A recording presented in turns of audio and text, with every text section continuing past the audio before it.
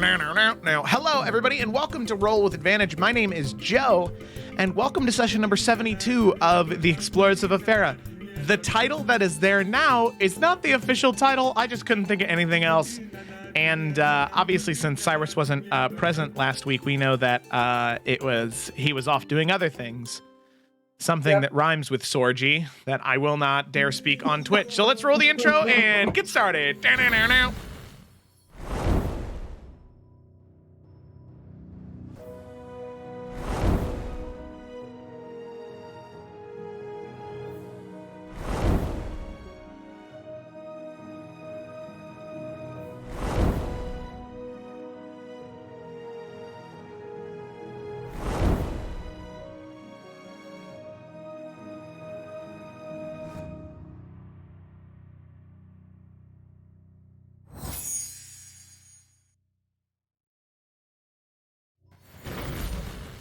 And with that, we're back. So this week, as is tradition every week, instead of myself doing the summary, I have the players do the summary. This week on summary, it is the one, the only Jonathan. So Jonathan, whenever you're ready, let me go ahead and get you some music that won't laugh at you as you do your intro, and we'll go ahead and get started. No, make it laugh more. I hope that everyone laughs at me after the summary. I do. Summary. Over the stream, That was me. Sorry. I will say it once again. This was inspired by our friend Eric. So enjoy this summary of last week. Hey everyone. So I guess let's just dive into the summary. Last week we started with Oyvind taking Alec to an open forum to get Alec used to speaking in public. With some help from Oyvind, Alec verbally combated a frequent speaker of the forum named Omari and seemed to come out on top. After Oyvind delivered the final articulated blow to be forever stored in the forum's archives, the two had a small heart-to-heart chat and headed back to find the party. Meanwhile, the party was finishing up some shopping. Oh man, that was so fun too. I never shot before and I'm always going to get some amazing weapons from Chief Shunai. Torin? How? Where did you come from? I'm always here. Oh my god. What do you mean you're always here? Jonathan, I'm a fictional character you created to play in a D&D campaign. I'm always around. I'm in your head. I'm part of you. I am you. Okay, this is getting weird. I'm not sure where to go from here. Want me to take the next part? Sure. Okay, so anyways, while Morgonix, Varnas, Samir, and I were waiting for Alec and Oyvind, we were just finishing up some shopping. Honestly, now that I think about it, we didn't really do anything other than just stand in the market center for about 10 minutes before everyone split up and I was left alone. But that's okay, because shortly after, Oyvind and Alec showed up. But then Oyvind left to go buy something, I think. Then it was just Alec and I, and Alec had to go buy something as well. So I just followed her to help. Didn't have anything else to do anyways. Oyvind, actually, I don't know where Oyvind went.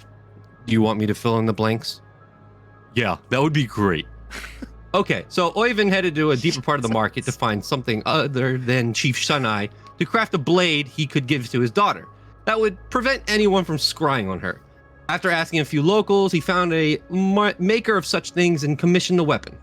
A sword that will have a necklace attached to the hilt that will provide the magical properties he was looking for. While talking to the fellow, Oyvind invited him back to the hotel for some sorts of drinks. After this, Oyvind spent the rest of his time traveling around the city, performing for the locals. While this was happening, Morgonix and Varnas headed back to our hotel. Morgonix started crafting some potions for the party, and Varnas, after their brief conversation with Morgonix, headed to his room for the night. Before heading to bed, Varnas used a significant amount of spell slots to cast Sending to Duncan, to Liv, and to Sven. Duncan, who we had found out he came over with a cold, Liv, his sister, telling her to go back to Albjord, and, well, most of the spell slots were used for Sven. The two shared a beautiful conversation and needs pronounced their love for each other. TLDR, it was super cute. Go watch the VOD.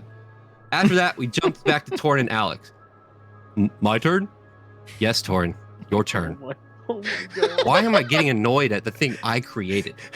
So I helped Alec find a trinket that she could carry with her to remember the city of Sador. After that, I thought it would be a good idea to find like a fighting pit or something so we could train, but there was no fighting pits. However, there were soldiers in the training ground. Alec and I kind of crashed the party. Asa was there training new recruits, and we had asked if we could help train some of them and also practice between the two of us. Alec and I started training. Alec showed me some awesome new moves. I tried to show her some of mine as well. Oh, I also tried to train a young man as well. I think I scared him. It was kind of funny. Anyways, Alec is super strong and I can't wait to learn more from her. After we trained, Alec and I headed back to the place and I thought it'd be a good idea to try and prank the party. It was not. Morganix got really good at acting and she made it seem like I really upset her. And then she turned it back on me. Then I got upset and then she laughed. Anyways, it was pretty clever. She's really smart. I totally respect it. Torin, I think that's it. Oh, yeah, I think that is it. Did we miss anything? I don't think so. Yeah, I think that's the summary. Okay, Joe, back to you. Well, I thank have you, lost my Jonathan. mind. It was, Yeah. oh God, it's very meta. I love it. So thank you, Jonathan, and thank you, Torin, as well. That was very brave of you to to exit Jonathan's mind in that way. So thank you very much. All right, so yeah, that was exactly as it happened. So picking up where we left off, our group of adventurers within their the home that had been given to them for their temporary stay in the hidden city of Sador. Our adventuring companions had begun to settle in for the night. However, after Varnast had sort of sent all of his messages and finally been able to just take a moment to relax and breathe for the night without having to worry about any one person needing anything too much from him, just having that time to just kind of zone out and be at peace. Varnast, you hear a light knock at your door, as when we had just left off, Alec was approaching Varnast's room. Artist did also drink a potion that made him younger. That was the one thing left out of the summary I would add. So, Oh, yeah. Oh, yeah. see? Let's restart. Go again. Oh, okay. Go From the top. So this is Jonathan. All right. So, yeah, well, that actually fits in really well as Varnast gets up to open the door if he decides to do that. Maybe, Big bones. yeah. He's just gonna say loud enough, come in. Okay, question. Does his voice sound different at all, or no? Probably not. I think between Okay. 30 and 40, the voice wouldn't change that much. Okay. I've never been there, so I wouldn't know yet. I mean, okay. it's a theory. Alright. So Alec would just kind of very gently open the door. Varnest, I just wanted to talk to I'm sorry. Are you sick? No, was just resting, and he'll kind of push himself up to a full sit to where his legs are kind of off the bed, and he'll turn to fully look at Alec. You can see she just has this look on her face of confusion. Her brows are kind of pinched together. I thought I don't mean to be rude, but your face has many less wrinkles the last time I looked at you. Well, Oyvind recommended this great spa, and they did great work. What can I say? Really? No. He motions over the potion. Oh. I mean, you knew he had it. Yeah, man, she wasn't expecting him to use it already. She kind of walks into the room and she's flashback to another character moment. She's gonna touch your face, poke you in the cheek. He just kind of lets it happen. He's kind of giving you a look like, I'm me. Kind of had this big goofy smile on her face. This is very strange. Do you feel younger too, or I don't know how this works. Not really. Not that I can tell yet, though, but honestly, I drank it only like 10 minutes ago, and then I've just been laying down, so maybe the next time we get into a battle, perhaps I'll feel it, but right now, not really. How do you feel about it? Happy. So does... Never mind. I'm glad you took it. You look fun. Funny. Oh, no.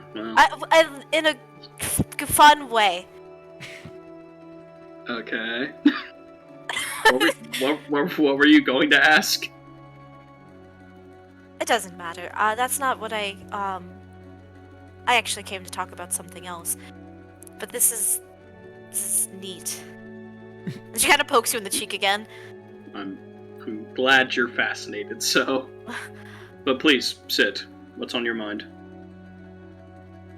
Well, today, Torin and I, after we left the forum, we went and we were training with some of the younger guards people in town. It was fun. I think I taught them a few things. Pretty sure Torin also taught them a few things. Maybe learned a little as well. That's good. And she nods. And again, she's doing that weird thing where she was kind of earlier in the day when she told you about the forum thing, just kind of looking almost expectantly. Yes, it is good. Alec, is something wrong? You seem a little different today. And yes, I realize how that sounds after you're seeing me right now, but you don't seem yourself.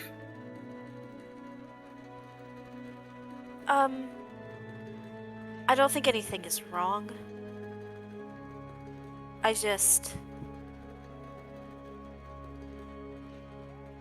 She kind of looks down for a second.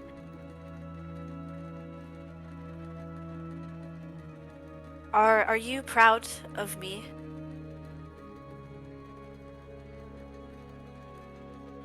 Well, of course I am. I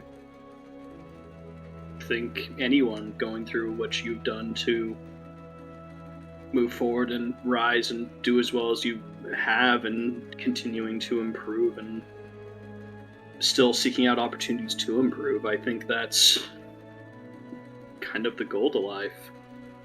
I think for people in the best of circumstances that's hard, but considering everything that's happened to you, the fact that you've been doing all this under the closest to the most unideal circumstances, of course I'm proud. I don't ask because I feel as though I need affirmation or to... I don't know, some people like to live in vanity. I ask because your opinion is important to me.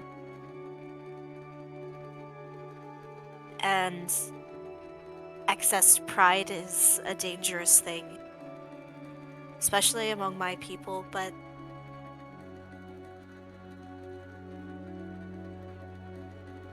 something that I valued a lot from Logan was when I could do something to impress him. I used to think that I would never be able to do the things that he could do. And now I find myself wanting to outdo him. But I find myself also wishing I had someone to...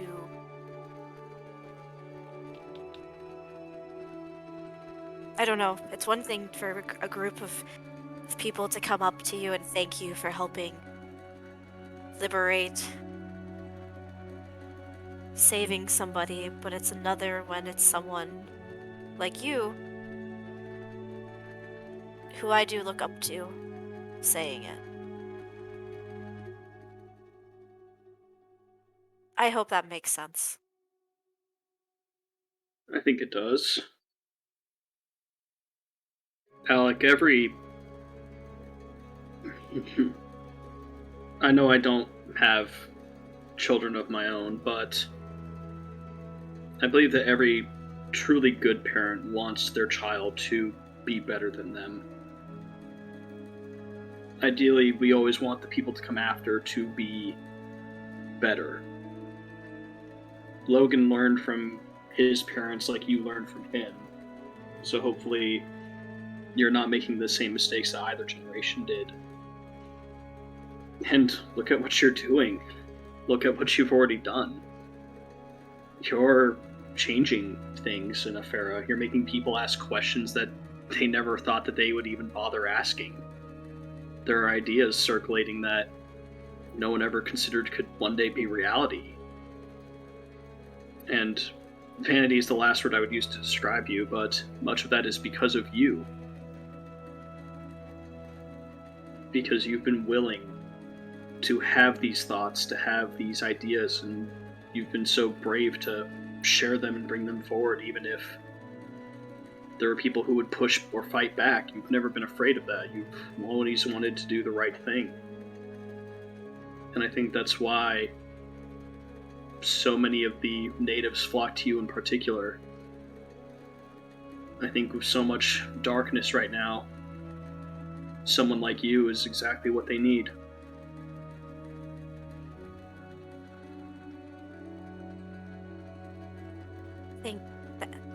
Thank you. Like I said, it means more coming from you. I hope you don't take this the wrong way, but I see a lot of the good that Logan was in you.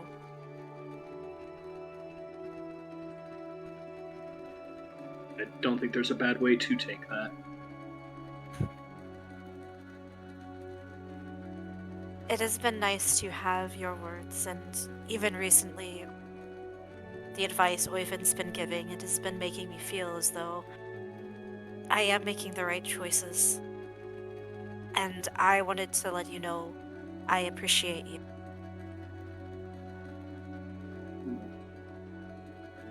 And Oh, sorry, go on. it's okay. She kind of like stands up on this. I know that there's gonna come a day where you're going to want to go home. I remember. And I know I'm not going to want you to, but I know why you will. And I understand that. Especially now.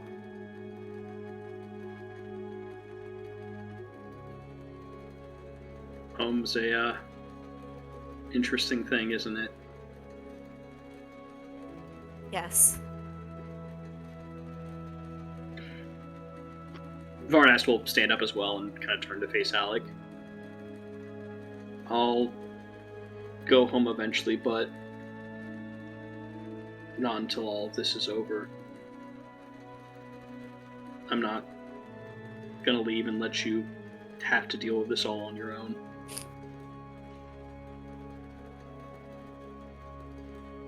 You know that, right? Do you promise? I do. Then yes, I know that.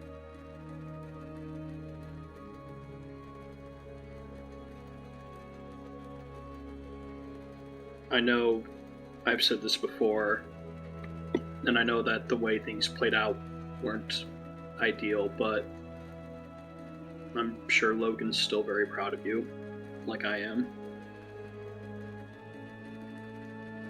Thank you. And she's gonna give you a really tight hug. And he'll return it with ease. Okay, but one last question, and you don't have to answer it if you feel weird about it. So, Okay. when you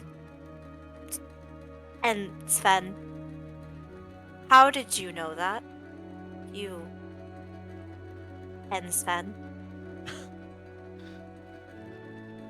Oh wow. Okay. I'm sorry. You don't have to answer this No, question. no, I just it's fine. Just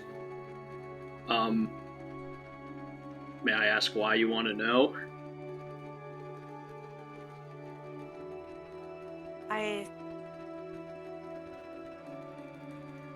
I thought maybe I felt a way like that at one point in time. But I don't know. I don't understand those types of things. It is very confusing. So Well, I just ask. I'll answer, but keep in mind, haven't always handled things the best in life, so take it with a grain of salt. But in terms of how I felt, for me, Sven was someone that I didn't have to pretend around him. He might not have enjoyed some of the brutality of what I did, but he never asked me to give it up or to stop. He understood why I did what I did.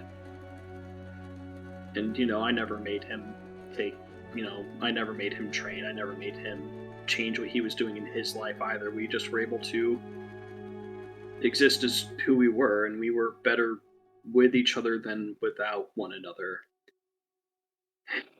And,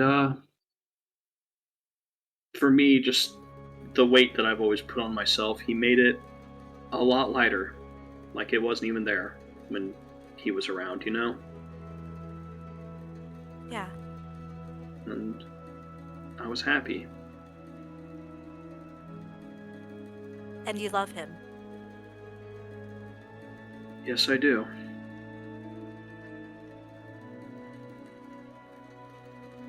You see, like, this big smile on her face.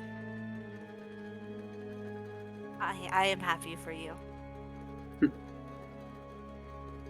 You deserve to go home and be with him one day. And he will be happy for it.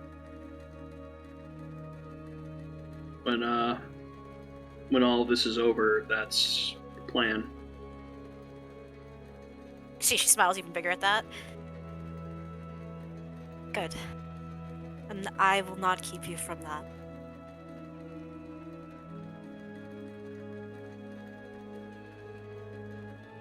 Okay, sorry to ask. Yeah. I don't... Words are hard sometimes. And those words are strange, and the feelings are strange. And I don't know if I quite like them, but I just wanted to ask. I was going to ask Zamir, but I was nervous for what he would say. Barnes like was about to say something, and he just kind of gives like a sound. Should I ask him, or... I'm Probably not gonna not. tell you what to do or not okay, do, and I will Bardas not. is shaking his Oh head my while God, he says please that. do. Please ask, please. I need to hear that. Yeah, I'm gonna have to second that one. Thank you, Varnast. I will... Meanwhile, Varnas would be internally screaming. Alec, Yes. I know there's much going on, but are you happy?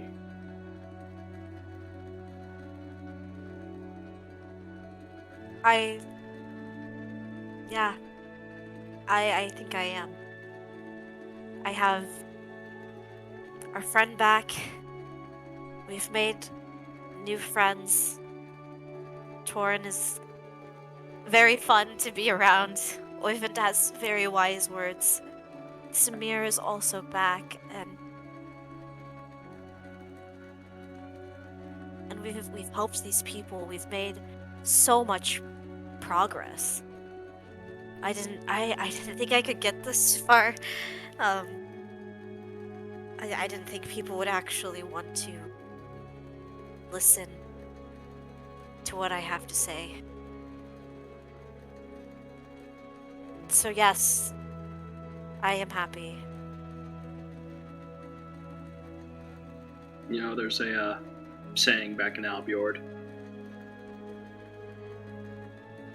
You never know what you're capable of until you give it your all. So give it your all. I don't think any of us thought that we would be in a position like this, but look how far we've come.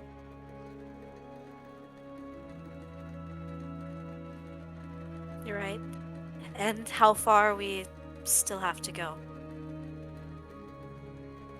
And I don't know about you, and he kind of like stretches out, but I'm feeling pretty good. I think I can keep running for a while. Alec will poke you in the cheek again. And she like narrows her eyes, like trying to, I don't know, gauge the elasticity of your face now. That's a weird thing to say. You're welcome. Yes, I think you can. I could probably still beat you at an arm wrestling contest, but that is okay. We'll see about that sometime. He just kind of gives you a grin. She'll smile back. But for now, I'll leave you to do, I guess, what people your age do. He just kind of gives you a look at that. No, I think I've been singing Thought long enough. I think I'll come out and join you with all the others. Yes, I would like to see the others look at you. Oh, well, now you're making me nervous when you say it like No, that. this is good. I like your face. It's fun. And like I said, there's no more wrinkles, and it is strange. Like, I think we are very close in age, and it's very strange. But this is fun. We should show everyone. And Alec will, like, grab you by the hand and kind of take you out into a little meeting hall where everyone else is. As we're going, Barnass just like rubs his ear, and he's like, "Yeah, it took the wrinkles away. I wish it would have brought my ear back a little bit, but no." Yeah, still got like the one cauliflower ear. yeah, it got, because Barnass has a damaged ear. That's canon. Yeah, And he man. did in the art. While they're running back, they're hearing down the hall. Organics, I'm so sorry. I didn't mean to like upset you. It didn't upset you, right? Because you seemed like you were also I'm sorry. It's okay, Torin. I was joking. But please don't do that. What did I kill? Oh, Whoop. I'm sorry, what? Oh, it's my spell thing that I can do. I can create a steed. It's fine. I can bring him back. So... Okay, so that wasn't real? No, technically Whoop isn't real. He's Okay. magical. And I can just make him appear whenever I want to. So I didn't hurt him. Honestly, I could ask him Definitely next felt time he that. comes back. Is he Everyone, going to hate me every time you summon him? everyone look. Vardas' face is different. We're just gonna go right in for it. Okay. What I don't on earth? see any. Look, if you look very closely, you can. Thorin gets see any really close wrinkles. and looks. Oh yeah. Yes, do you see? Oh. There's not. less wrinkles in like I the know. forehead area, in the Alright. cheeks. Yes. Your pores look a little There's closed. no Well, more like of that gray it- color. Either. yeah. It's, yeah. Your hair doesn't have white in it. That's just not fair. You said I could have it, and Barnass just shrugs. Meanwhile, He just shakes his head. He's 10 years younger out of my tail. 11. What? 11? How do you know? With such I- accuracy. Intuition. Wise. 11. You wait. If it was 12, I would be furious. What did I miss now? Oh, right. You don't know. You were... I heard that you killed Whoop. Yeah. I was trying to play a prank, and Morganix is really fast, like insanely fast. That was Just actually die. really cool. To me, I died yesterday. Yeah, okay. So we fought a dragon because we needed its heart to bring you back, right? Right. Do we so... need one to bring Whoop back? Oh, God. No, I have magic for that. Oh, okay. Morganix's I eyes don't want to are go back through twitching at that. this point. So anyways, the dragon had a horde, and so we took it. Because, We He didn't was take the eggs, though. Varus just glances Elbow. over at you. Alec elbows Torin. Sorry. Anyways, there were 3 potions in there. One of them was a potion of longevity, which I took, and he'll explain what it does and what it did. Dang. If I had known that, I could have studied it and maybe made another one for Ovend, but that's a power move. And I asked if anyone cared if I had it, and everyone said, nah, you Well, did a good thing, you I'm take it. They made me sorry, I really was uncomfortable. Yeah, I'm well, gonna go smoke more of Alec's pipe weed and think.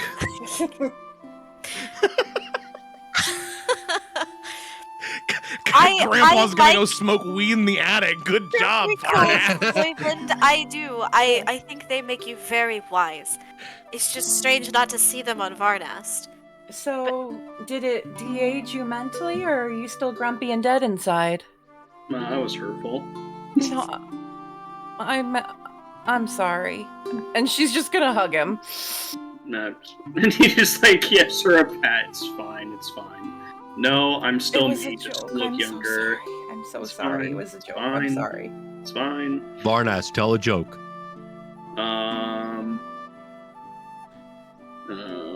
I don't think it worked on his brain. Torin is smiling really big. I've never been much of a joke person. I'm more of a dry humor, react to my surroundings type of person. Okay, tell a dry humor joke. No, I don't think you were listening to what I just said. Tell Oh, I I- know. Zamir, tell a really good joke that you do, yeah. and Varnas react to it. Oh, I wasn't really there yet, but that's fine. I can Oh come shit! back now. Never mind. No, I it's- take no, it back. it's- I take it back. I'm sorry. No, it's fine. He's walking in. at No, he this very probably needed moment. to anyway. He'll be walking in, then he'll just say, I'll tell you what, for a nation of people that don't really let insiders out, they're into some pretty fucking weird shit. Everyone looks at Varnas. Oh god. Oh, there's a mix of just like, I'm trying to be better, so I'm not going to say anything because it's not my place to say anything. But god damn it, I'm thinking about it. God damn it, why is it in my head? God fucking damn it, I hate myself. And he will follow up with, I mean, I'll never look at a pineapple the same way. I'm confused. Well, you see, Donglin please. starts barking No, don't incessantly. Wolf, please, no, wolf. See, Morganix is gonna do like earmuffs with her hands over Alec's ears. Torin is going to start the ritual to bring Whoop back and then realize it takes 10 minutes. No, what? Meanwhile, I'll do this Zamir later. is just talking about it. I mean, and I must say, I mean, Wolf. the sweat and the sad. Where did Oyvind go? He had like drugs, right? I'm gonna go smoke those. Wolf. Drugs this sound entire pretty time, good right now. Alex is like looking at Varnas to see if his reaction is still the same old Varnas reaction. Oh yeah. I mean, his face is in his hands, like he's silently screaming, muffling his Oh shit! hand. Oh shit! You're looking sprightly. Thank you. I will take it. I mean, have you had a like a nice facial treatment? Not like the facial with the Morgonix was starting to remove the earmuffs. much. Morgonix was starting to remove the earmuffs, and then she will just quickly clamp them back on. Appreciate it. I mean, Does anyone what, have the I've heard- silence spell? I've heard it's good for skin. Okay. Woof, woof. It was great seeing you all. I'm going to bed. Good night. Oh, okay. Like 3 in the afternoon. Joe, has it been a couple hours? Yes. Are my items ready? Yes. Everyone, I'm going to. If anyone wants to come with me, he looks at Alec specifically. And then looks at Varnas. I'm gonna go get my items, my weapons from Chief Shunai. I would love to join you, Torin. Cool. Okay. I will also go with you. I will just make sure Oyvind does not smoke everything. I just kind of quickly goes and make sure Oyvind has a fair amount. A fair amount. Ooh. That is the perfect amount. If you're Wow, whooping, it smells out here. it is a I good smell. smoked the outside. Nice. Yes, I think you have smoked just the right amount.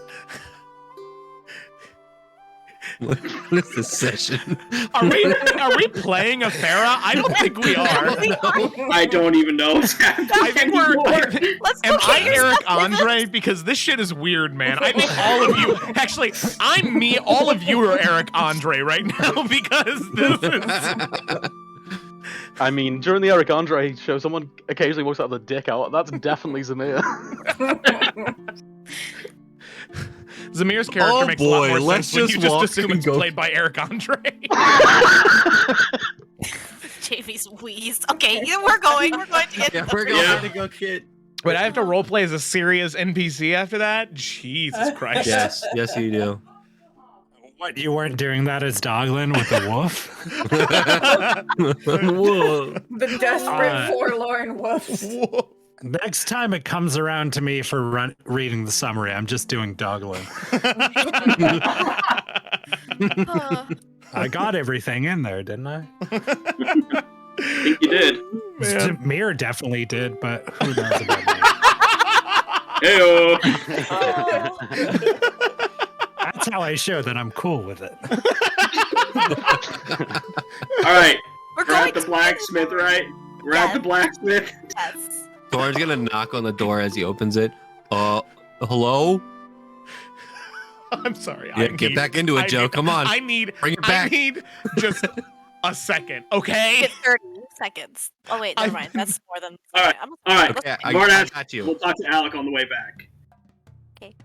All right, just a little bit away from Torin. He'll kind of like lean over and just say, Oh, Oyvind's there too. Just so, "Oh, Ivan came. All right. yeah, why not? Hell yeah. I'm glad you got Torin going and smiling again. I was pretty worried about him this morning, but he seems back to himself for the most part. Yeah, I had a short conversation with him.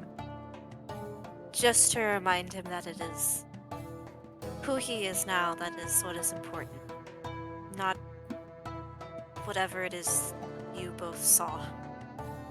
That this is Torin. He can be who he wants to be. Well, And him getting into trouble today was a good way of showing that, I think.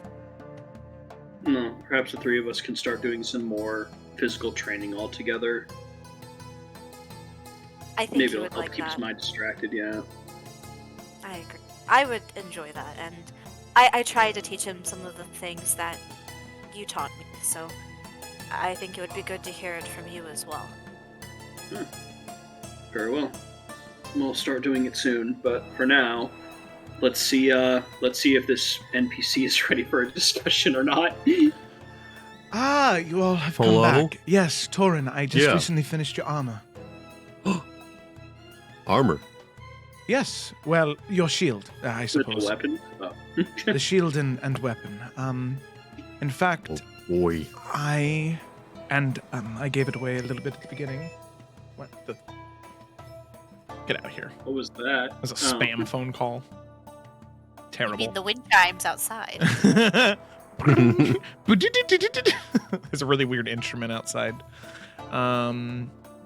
So she continues to speak and says, I was able to preserve most of the supplies you gave me. In fact, the shield and the hammer that I made didn't take as much as I thought it would. So I saved the supplies, and while you're away, provided that everything goes according to plan and Kobach is killed and you return, I have a special surprise for when you return. You see, there are special weapons and armor that are used by the most elite warriors of the Casa tribes. Something that for the most part we have kept to ourselves. And, well, like everything else related to us. But on top of that, we haven't been able to make the armor and weapons in so long because of, well, the shortage of dragon scales. But because of you, Torin, I was able to do something with it. So, and she smiles and she says, with that, give me 1 second and I'll be right back. Oh, okay. Torin looks back at everyone and just like smiles. It's this huge, weird smile on Torin. The biggest smile you've ever seen on him. Varus just gives a smile and a thumbs up back. Alec will do the same. We support people Hell of this house. All right.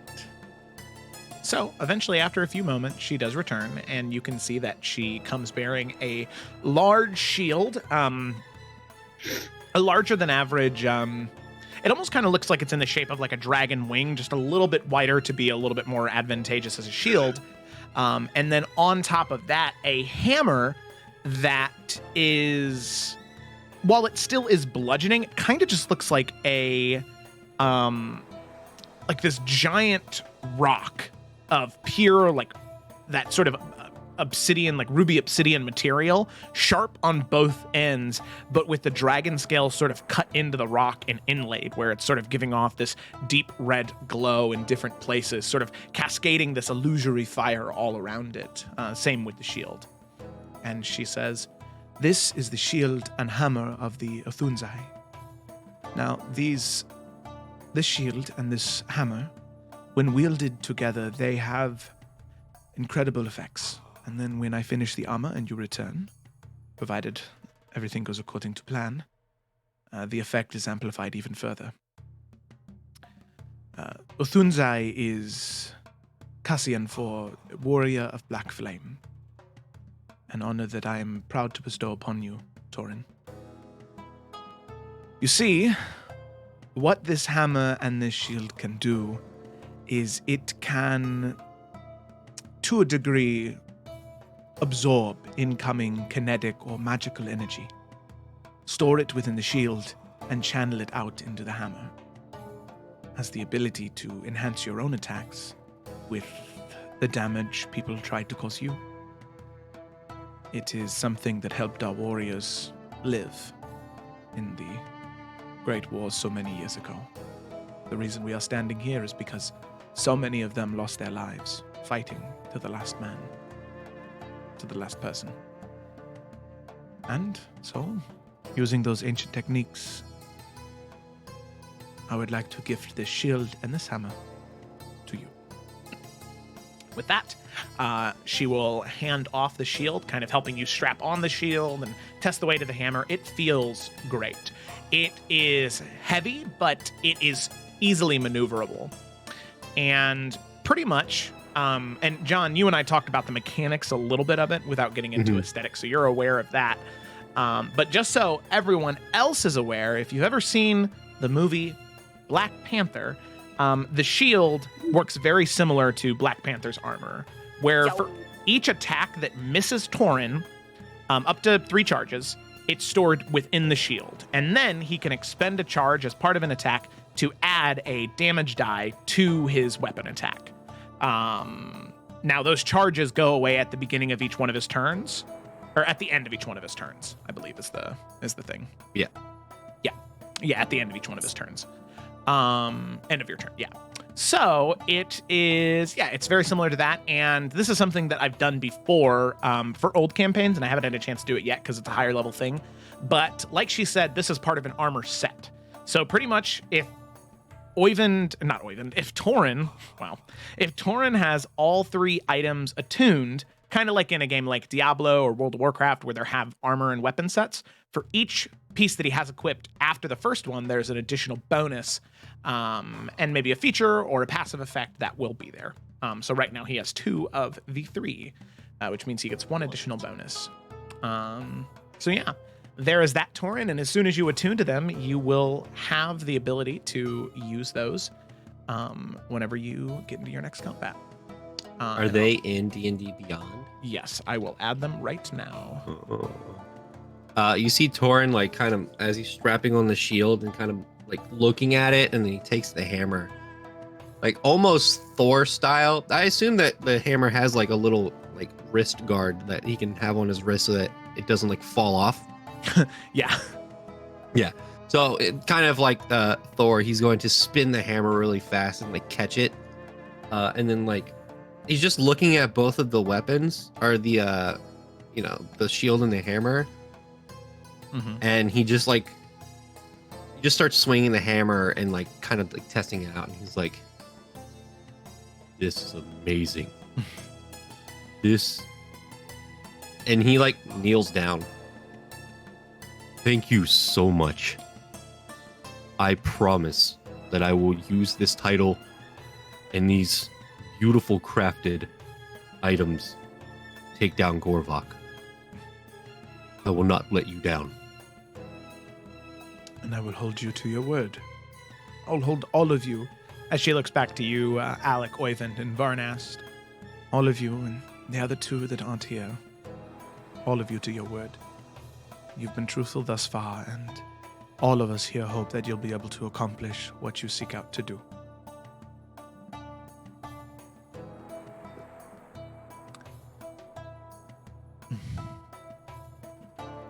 Well, is there anything else you need from us? From all of you? No. As I said, you're more than welcome to stay here as long as you wish, but I fear as though, and I can only anticipate that you're itching to leave now, as each day that passes provides more opportunities for Korvac's forces to grow, for more people to die. So, whenever you're ready, you're free to leave the city. Thank you so much for everything you've done for us, for your hospitality, and for allowing us to be here. Alec will put her fist to her chest and kind of echo the same sentiment. She'll return it and just say, yes, and I am very sorry that my hospitality did not extend sooner. I will stop by later to extend a full apology to all of you at once. But just know that whenever you do decide to leave, you're free to do so. But I should be by within an hour or 2 to speak with all of you before you go.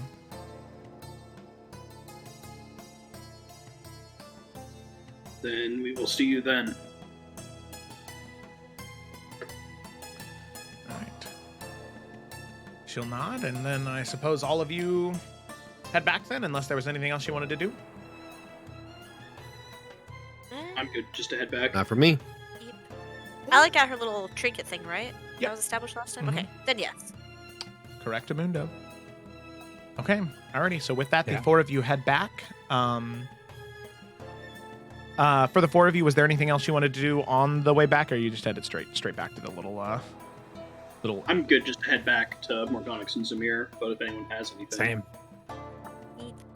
Does Oyvind have to get that sword, or does he already have it? It was supposed to be delivered. Okay.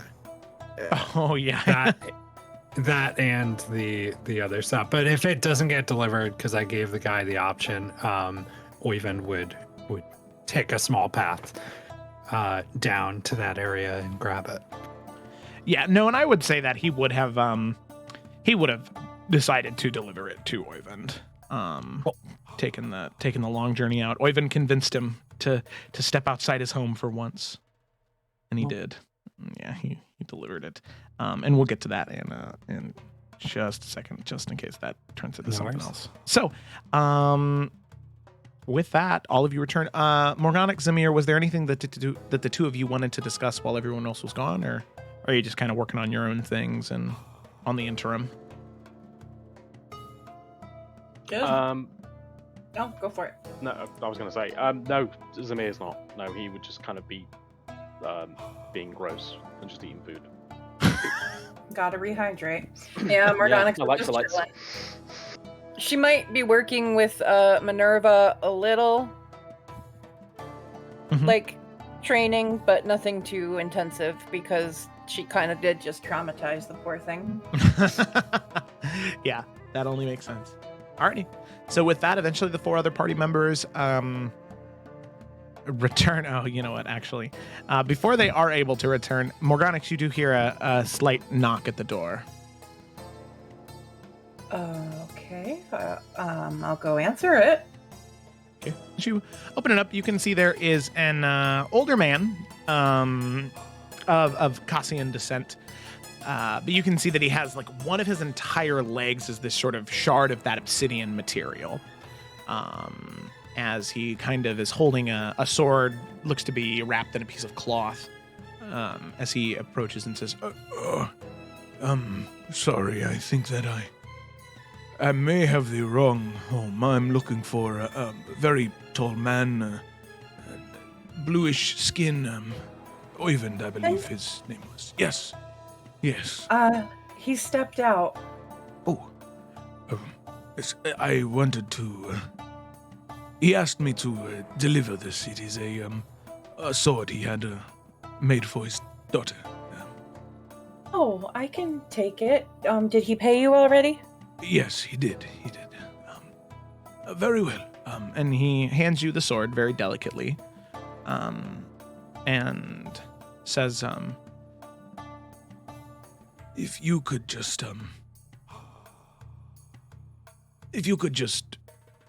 express to him my gratitude for having me get out of the house, I would appreciate that.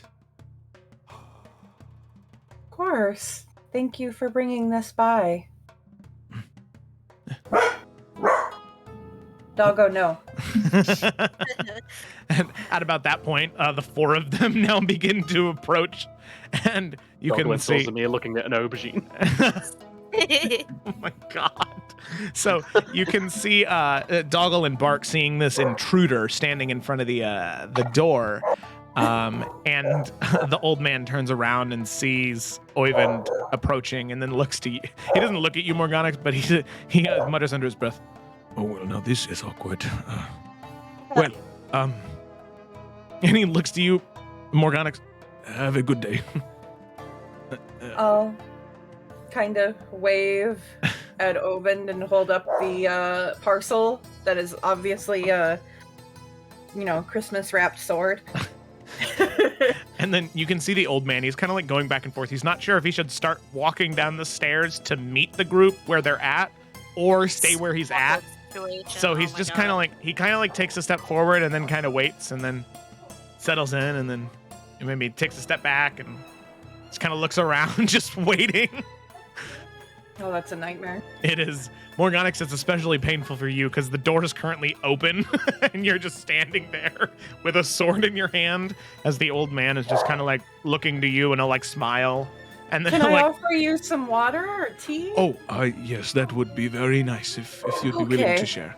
Thank you. And Morganax will do that just for something to do. And I had meant last session to ask if she could go out and like restock her tea because all that got disintegrated too. But it's such a minor thing, we don't really need to play it out. But can I like lose a couple gold and add some to my inventory. Yeah, you lose 1 gold and you have some special Cassian tea. Okay, No, sorry. you're good. You're good. You're good. You're good. Then More. yes, I will offer him a beverage. All right. You bring him some nice water, and he's very appreciative as he drinks that. And eventually, the rest of the party gets up there. And Oyvind, as you approach, he looks to you and smiles and says, I gave the package to your friend Morganix in there. I will Oh. hand it over.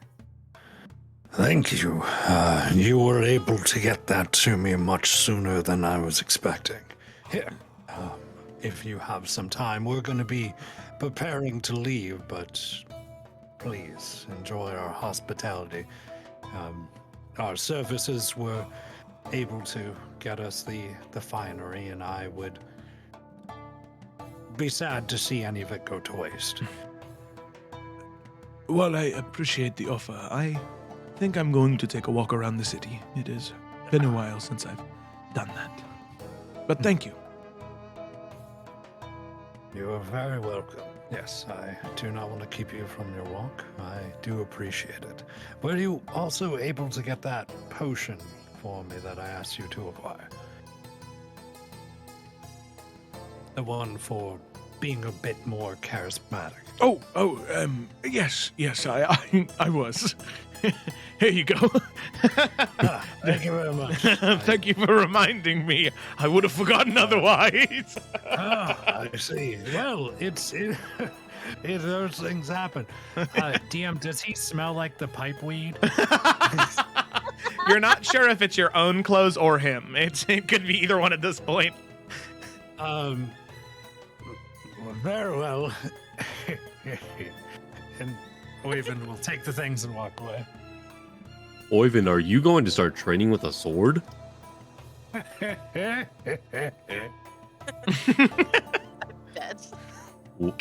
I am. He just keeps What? walking and going over to the food, Alec is purposely gonna- avoiding the pineapple. Alec is gonna recognizing the smell on Oyvind and then the way he responded to Torrid, is just gonna give Torrid a big smile and a nod. As in, yes, I am so confused. that is okay. Yeah, Pat, I'm pat. always confused. Are we ready to leave? I think so. Is there anything else anyone needs to do here, or I think we should head out as soon as possible. I think it's time. I am ready to go see my daughter. Are Absolutely. you sure? Yes. Why Are you, wouldn't are, I you, are you good to travel right now? be? I'm in the best spirits I could be. Okay. The spirits kind of talk to me when I'm Oh. less able to push them back consciously, so the more whimsical ones are delighting me with their stories. Through the wisp of smoke as I breathe out, it is a calming experience before going to something so arduous. I I don't know what that word means. Alec. Stressing to battle, essentially. Oh, A task of pushing a boulder up a hill is arduous. So, something like Hard that. labor. Yes, thank you, Morganus. I mean, pushing a boulder up a hill is not that hard. Depends on the hill and the boulder, I would think. I've done it before. Oh, okay. Weird flex, but cool. Wait, why? Before we get into that story, Alec, my new acquaintance that I had met who came, I purchased something for you to show my gratitude towards you for humoring me on going to the debates as I dunked on a gnome with my words, or killed him with my words, as you said. For me, I If anything, I should be thanking you. I would not have done that if you hadn't prompted me to do so. And so, thank you. You didn't have to get me anything. I want to show my appreciation because I often don't do things for myself. Going to that debate and going to the forum and communicating with those people reinvigorated me, similar to the way that Varnas was recently reinvigorated. I'm still jealous of that potion, however. So I purchased you one that when you feel you're least confident in your ability to rate, please drink upon this, and he'll pull the vial out. There is 3 doses of this. It will help give you a bit of a silvery tongue to help convince other people. I'm not. Yeah. Thank you so much. I don't know what to say. I appreciate you so very, very much. And Alec is gonna give you a big old hug. Oh, well, there Sweet. it is. Well, before you give me a hug, no, that's so strong. I'm sorry. Sometimes. Just don't check your weed stash. I found more. I do apologize how much liberties I took with it. No, I. See your eyes kind of narrow a little bit, but she still has a smile on her face. If you don't mind me saying, I'm glad that I met you before I saw my daughter again. And if I can use the liberty in saying so, I view you as a daughter as well. Thank you. I think that she will be very happy to have you as a father, even if she doesn't realize it yet. I understand the feeling. I do. Just promise me when she swings the sword at me, as I know she will, just me out. I think once we get over that grace period of her trying to decapitate me, I know that we will be in good graces. I think the best that you can do is just to let her get it out first. Because if she does not feel like she's heard it, it's not going to help. But I believe in you, and I know you can do it. Thank you, Alec. That means a lot. Now we'll give him another hug. We'll embrace the hug and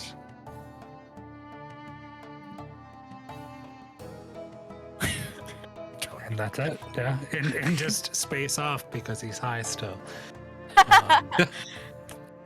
Alec understands. Um, It's okay.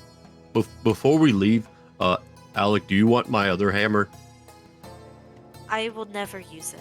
But Okay. thank you. Varnas, do you want my other hammer? I'm good, but thanks. Okay. Morganix, do you want my other hammer? Oh, that's kind of you, but I doubt I could even pick it up. Oh, okay. Zamir, do you want my other hammer? Yeah, fuck it, okay, why not? Okay. he pulls it out and Yes. throws it across the room to Zamir.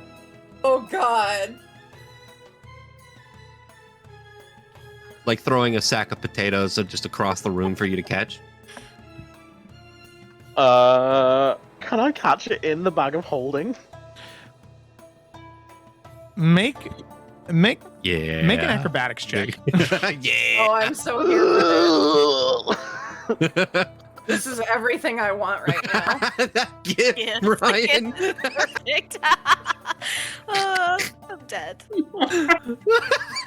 R.I.P. Samir. Oh shit, isn't that rolling? He's gonna roll like 15 times. Watch. Let me go on D&D Beyond. Hold on. Oh, that is a free. Yes.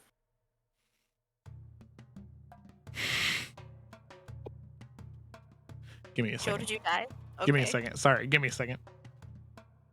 Let me just read my. Don't cloak. roll damage. Are you rolling damage? Let me- By the let way, me it just is a let me blazing just read warhammer. My, I'm just checking my cloak.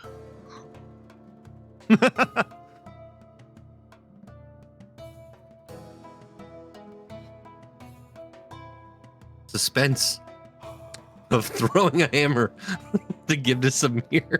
What is that screen they play in like GT Auto when you like colossally fuck up and wreck? Wasted. Wasted. Zamir, I'd like you to make a dexterity saving throw. Okay. Oh, Jesus.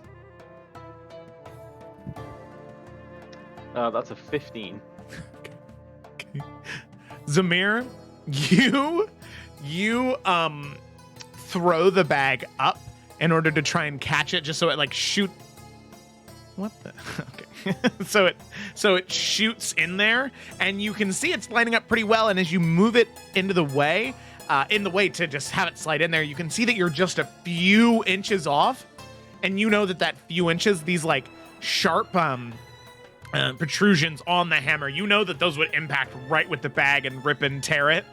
And you can see that your acrobatics, right? You just trying to move in the way, it's not exactly going to get in there. So you kind of in a split second decide, you know what, never mind. And you just sort of sidestep out of the way as the hammer slams down right at bag height, right next to Zamir, just crash into the ground as the tiles just crack around it, as now there's this hammer-sized crater in the ground. Zoran, Yeah. I've actually had a different thought. Fuck this. Oh. Oh, You were okay. supposed to catch it. Yeah, you were supposed to catch it, but I understand. I mean, I'll take it. No, it's fine. No, no. I don't really mind. Maybe my daughter would like that. He just walks over and he picks it up. It's Thor's hammer. Are you worthy? I'm just kidding. Yep. Currently in my state, I am. Later on, I won't be. What time is it, Joe? At this point, I believe it would be, let's see. Oh well, I think that I maybe messed up on the time there. So we'll say that it's about 6 a.m. now. Oh, it's morning. Okay, cool. Yeah, just because honestly, you guys would have rested a little bit in between the making fun of Varnast being young, which is funny. Well, Then you would have slept, and then you would have gone and got the equipment. So okay, that's so the we'll whole thing. Yeah. probably head out then. Don't we have a meeting? Oh, that's right. Shanai just said that she was going to stop by, which she does. Fairly early, right as you guys are getting all packed up, there is a knock on the door, and then the door opens as Chief Shanai enters and speaks as such, as she says, "Well, I understand that all of you will be leaving sometime this morning, and I had already spoken with most of you earlier in the inn, and well, not in the inn, near the bazaar, but I wanted to stress to all of you how appreciative I am of what you're doing and what you've done.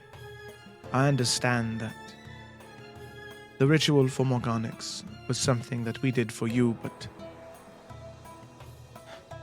I am so thankful that all of you came to us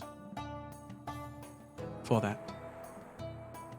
I feel as though things are genuinely going to change between now and who knows when. So I am sorry for our distrusting behavior upon your first arrival. But just know now that I have nothing but a warm heart and open arms to all of you." And with that, she'll kind of nod her head or bow her head and fist to her chest over her heart towards all of you. And she'll finish up by saying, "Good luck on your journey. And I look forward to seeing you sometime soon." Thank you so much, Chief Shonai. And if you ever need to receive the help of any people from the Outer Lands, Albiord will give their aid. We'll be looking forward to future trade with your city. Yes. In fact, I had heard of 2 foreigners. One a very tall man, the other being Chief Silverfoot herself, having gone to the forums to debate. So needless to say, I think the academics of our people are, well, all in agreement that trade needs to happen openly and under no false identities. So thank you for that. Something myself I had hoped for that I'm glad there was a little bit of elbow grease put in, as one might say. She'll smile at the both of you, Alec and Oyvind. And Alec will return the fist to her chest and just say, "The Kanjiano tribes are happy to have you back with us. Thank you for everything." With that, she'll smile, and provided all of you are ready, she'll lead you out of the city and back out into the mesa, unless there's anything else. Varnas does one thing for her real quick. Yeah, of course. So as they're walking, he'll just kind of look by her side. We've asked for much, but I was perhaps wondering if you would consider one last favor. Very well. What is it you ask? The Death Knight. His name was, I believe it was Eldrick. Yeah. Yeah. His name was Eldrick.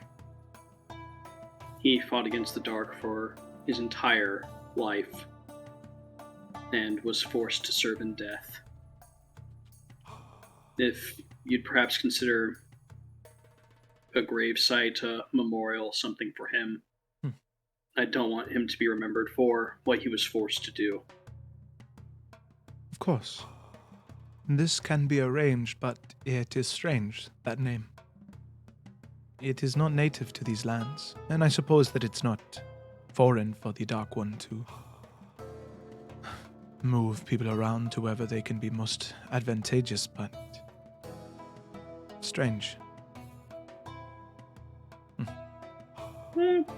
Since you're bringing this up, Varnast is a world traveler. Does he have any idea where a name like Eldrick might be kind of native to, roughly?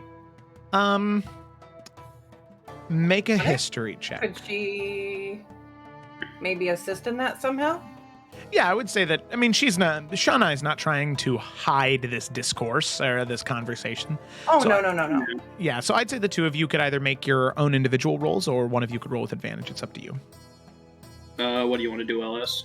Let you have it, because it's your thing, but Morgonix Alright. might chime in and say, "Oh, do I know that from such and such a tale?" Or Varnast is going to snap his fingers trying to remember. He's going to guidance himself. That's okay. It's on the tip of my... Magic. I wish I had that in real life.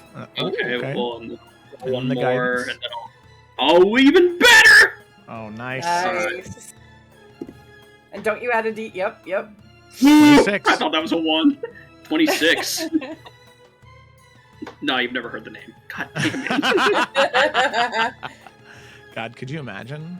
I've had DMs do that before. Yeah, make a check, and they roll something like absurdly good. Nah, you're not familiar. Why'd you even have me roll then?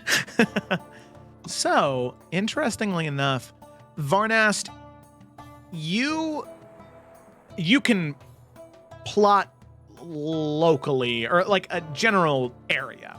You obviously know that it's not anywhere in Calderaz, right? Anywhere to the west. You know that much. You know it's not Thoralian or Eferan.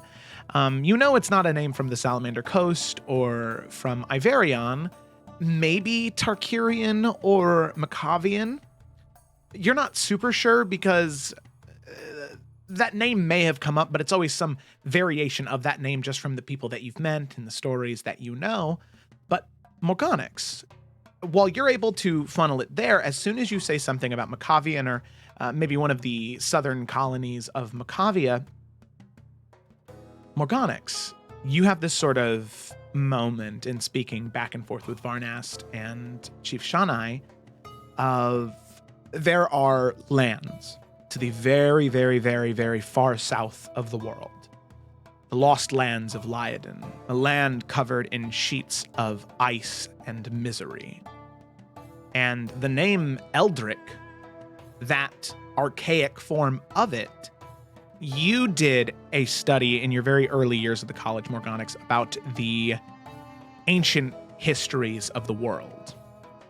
And in fact, many, many, many, many years ago, because it's such a high roll, 26, you do know that there was a famous knight, a knight of flowers, Sir Eldrick, who was a knight of Lyodon.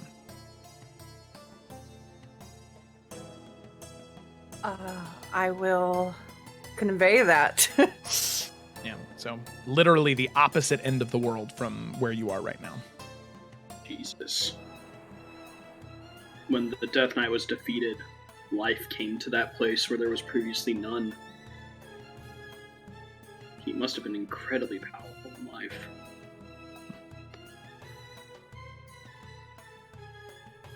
I wasn't there, so I don't have much to draw on. Joe, this is Ryan asking just because Yeah. there's a lot of information. As far as we're aware, has Kobach ever been to other continents? Like, hasn't he only ever been an Efera threat, or am I mistaken? No. As far as I'm aware. As far as you're aware, yes. Kobach has only ever been in Efera. But with someone from all the way down there, how would Kobach get a hold of them to make them a Death Knight like this? I do not know. That is very strange. Regardless, we will make a grave for him, a shrine.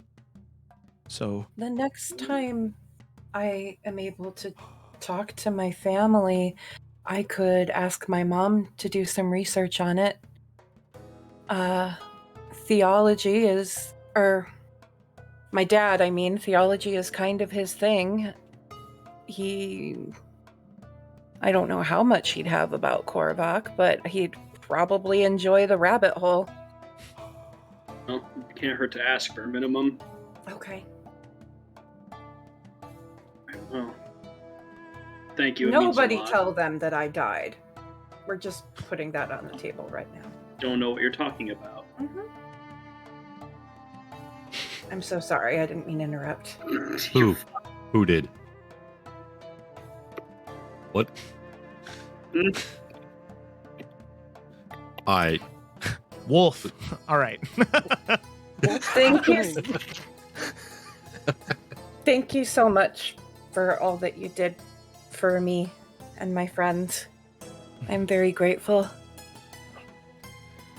honestly, it seems like a small price to pay, considering that all of you now have a very, very, very personal vendetta against Kobach, and seeing what all of you are capable of, I have a very good feeling that, well, someday soon, Kobach will be the very least of our worries. So, it is something I'm happy to do for people like you and your friends. She says very, very genuinely to you, Morgonix.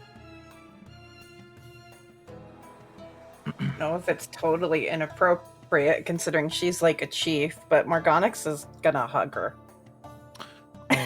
Yeah, you know Might be what? completely disrespectful, but she's like, I already died once. You know, maybe under any other circumstance it would be, but considering you died once, she's definitely, now's not the time to go tit for tat, right? She's just gonna hug you back, and There's only so long I can milk that, so might as well.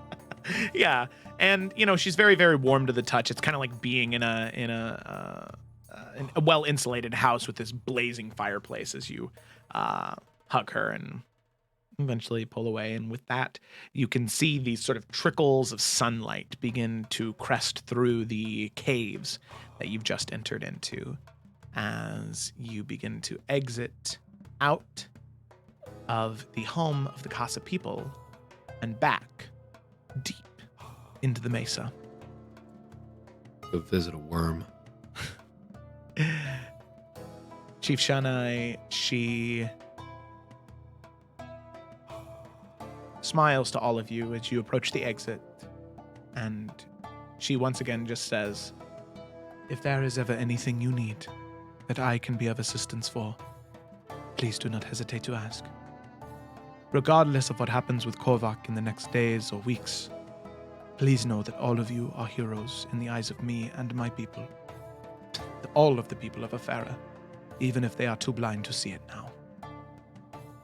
And that last one, she'll kind of look to you, Alex, specifically for that last note of that sentiment.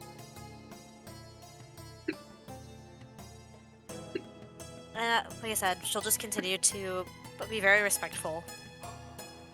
Fist to chest. And just kind of leave her with that. Okay. All right. So with that, all of you exit back out into the mesa and round the edges of the cliffs and mountains near you to head to the camp that you know that Duncan and Grace have been staying at in the interim while you have been in Sador. Now, on that note, that's where we're going to go ahead and take our break because that seems like a good place to break real quick. So we'll be gone for 6 or 8 minutes around there. I need to get some water. I need to stretch my legs. I've been playing a lot of Elden Ring today, so I've been sitting a lot. So, I need to. Nice. I need had to work today. Hey, you could have not. You could have taken a sick day. Could have not. What a comeback. All right, so with that, thank you for watching, everybody. We'll be back We'll be 6 8 back. minutes, and see you then.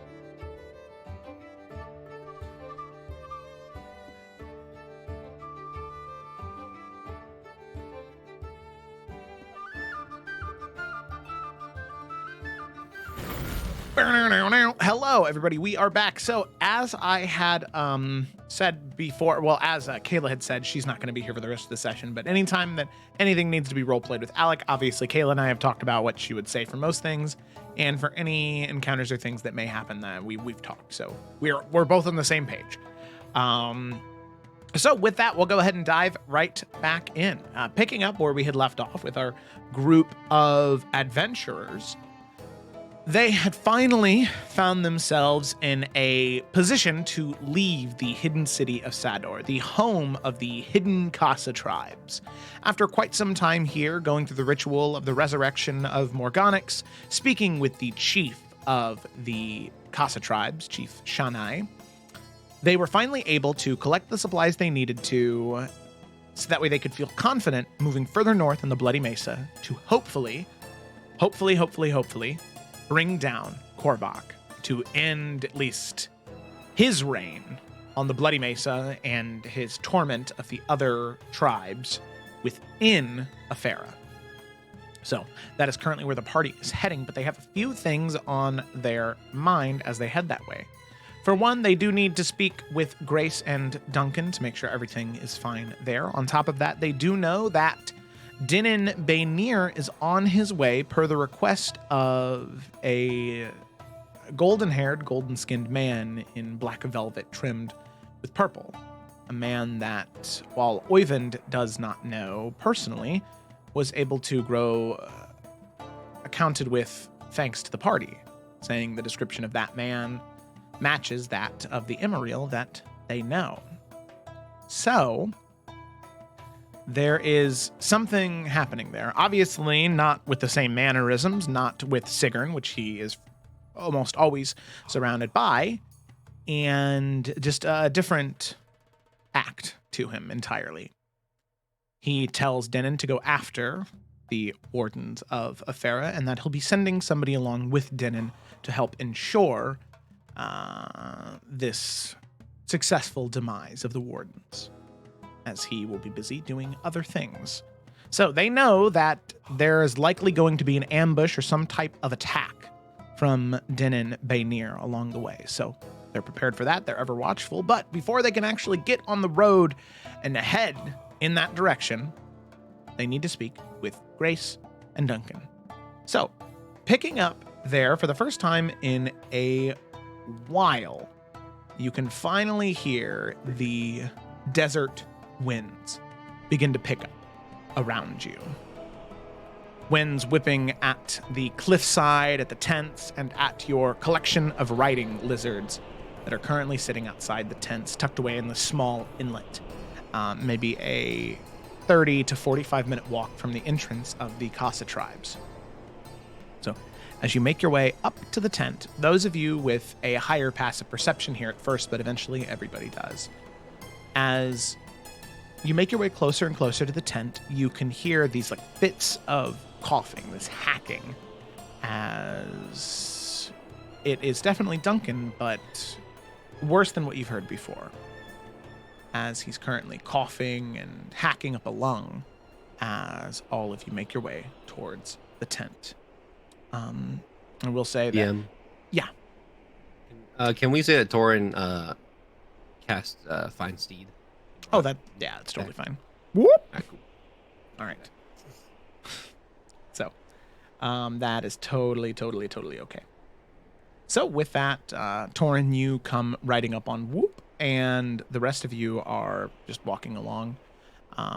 But as all of you enter the tent, which very large, set up the way that it is, the same tent that all of you have been, same style of tents all of you have been using on your journey so far, you can see that Duncan is currently laying down water next to him, Grace sort of sitting next to him, cup in her hand, giving him the water as he currently is lying there without a shirt on, and you can see that there are these, not bandages, but these like rags that are soaked in water, sort of laying on his chest in different areas where you can see these, like what looks like inflammation in different areas, this sort of redness to the skin, as he's sitting there, sort of laying up against Grace. And as Grace enters, you can see, not knowing who's there, she immediately like pulls one of the revolvers and then kind of points it up to the air, saying, Oh, sorry, I didn't realize that all of you would be back so soon this morning. and she What's kind of looks. wrong with them? Yeah, he's sick. I don't know. I haven't seen anything like it before. And Duncan goes, "No, I'm fine. Don't worry about me. I'm fine. I just need a little more rest, and we can go." I asked, can you do anything for him? I mean, just looking at him, Joe, does it just seem like a sickness, or does it seem like there's something else going on here? Make a medicine check. Can I guidance myself? Yeah, sure. Yeah. Oof. Oh, sick.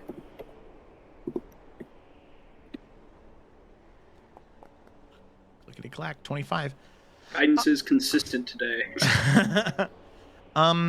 So just from checking up on him and your knowledge of medicine, Varnast, this isn't magical at all. You know that much. You've seen this disease before, specifically in those people that are older and more world traveled, where there is just something that ends up happening internally between their lungs, where they just begin to grow weaker and weaker with age. And while Duncan isn't that old, dying and coming back to life at his age, especially after being corrupted and turned undead, it seemed as though while he was undead, working for Kobach, there seemed to have been some type of decomposition that did happen. As you can tell that his breath is very labored and these coughs are very intense. But sadly, this is just something that happens with age. This really isn't anything your magic can help with. You know that much from your check. But a potion could have, maybe. I'm just fucking with you now. I was trying to figure out how to respond to that. I was like, well, damn, maybe. Is this? Didn't clear my ear, though. Vaughn has suddenly stroking his smooth face, being, oh, kind of guilty right now. Oh, that thought didn't even occur to me.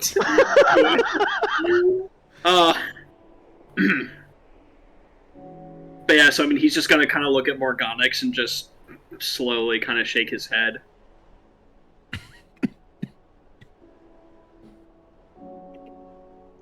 It's been a while, Duncan, looking and sounding like a piece of electrum. Oh, go to hell, Cyrus. It's Zamir now, darling, but I'll let you off as you look just so good. Oh, I missed you too, boy. But as I said, I'm fine. I feel like a piece of electrum. I just need a little bit of more water. And Grace kind of looks at him and says, "You've been drinking water for the past 3 days." She kind of looks down at him and looks up to all of you. I know that he's going to disagree with me, but I need to take him back to New Efera. He can't continue to be out here in these sands. Please, what I can do, I don't need them anymore. I don't plan on coming out to this God's forsaken place anytime soon anyway. And she kind of takes out a couple of like leather casings for papers and scrolls, and she pulls one out of her bag and pops it open and unravels the paper on a small a table near her, and kind of begins to sketch things down on it with this sharpened charcoal pen, and says, "So here is where we are currently along this ridgeline. If all of you follow this path looking for these specific landmarks, you shouldn't run into any issues finding it.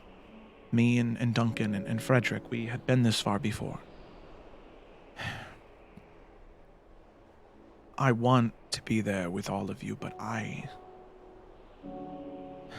for one, I don't trust him making his way back on his own, and No, please take him. And you can see Duncan having been like waving around and yelling at Zamir. You can see his eyes kind of settle on you, Morgonix. He says, They did it. You made it. I'll sit with him. I made it. They did it.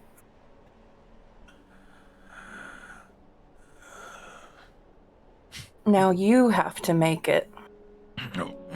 Listen, I died and came back from being a godforsaken zombie. I think I can survive a little cough. I died and came back from not having a body. I win. You're going home. Don't play that card on me, old man. I died and forgot all of my memories.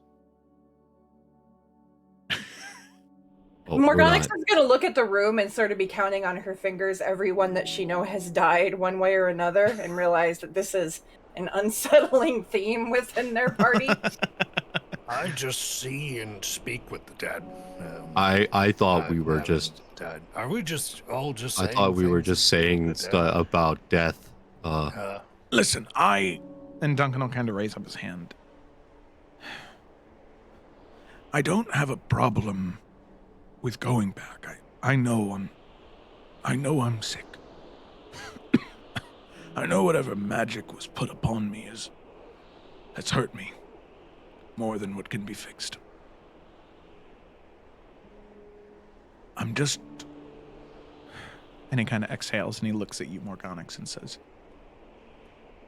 I'm just afraid that I'll lose you again. Losing you would hurt us more than can be fixed.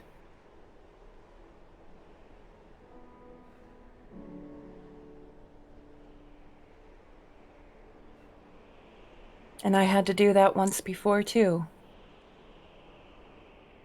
I know how you feel. But I'll be able to focus better on what's to come, knowing you're safe.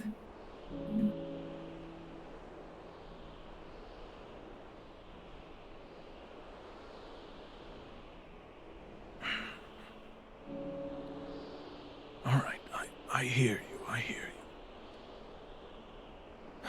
I'll go. But you just need to promise me you'll come back. All of you, promise me.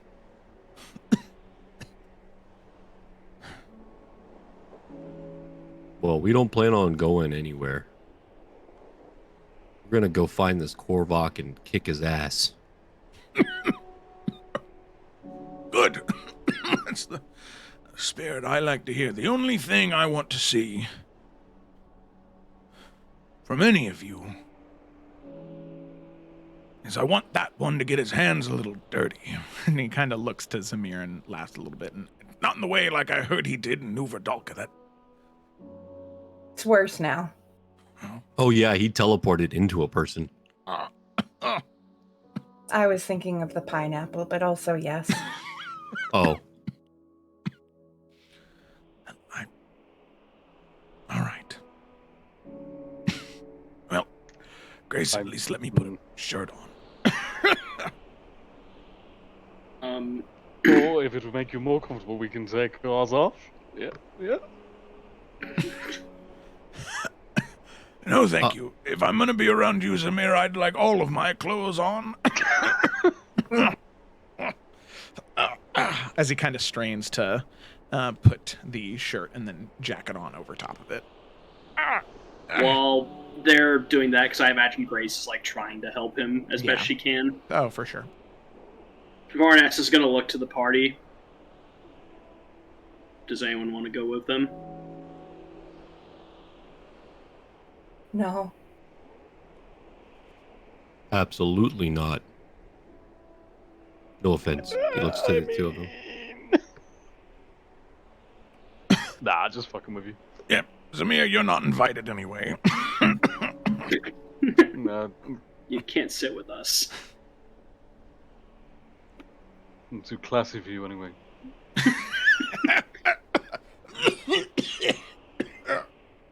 Oh, damn you, making me laugh.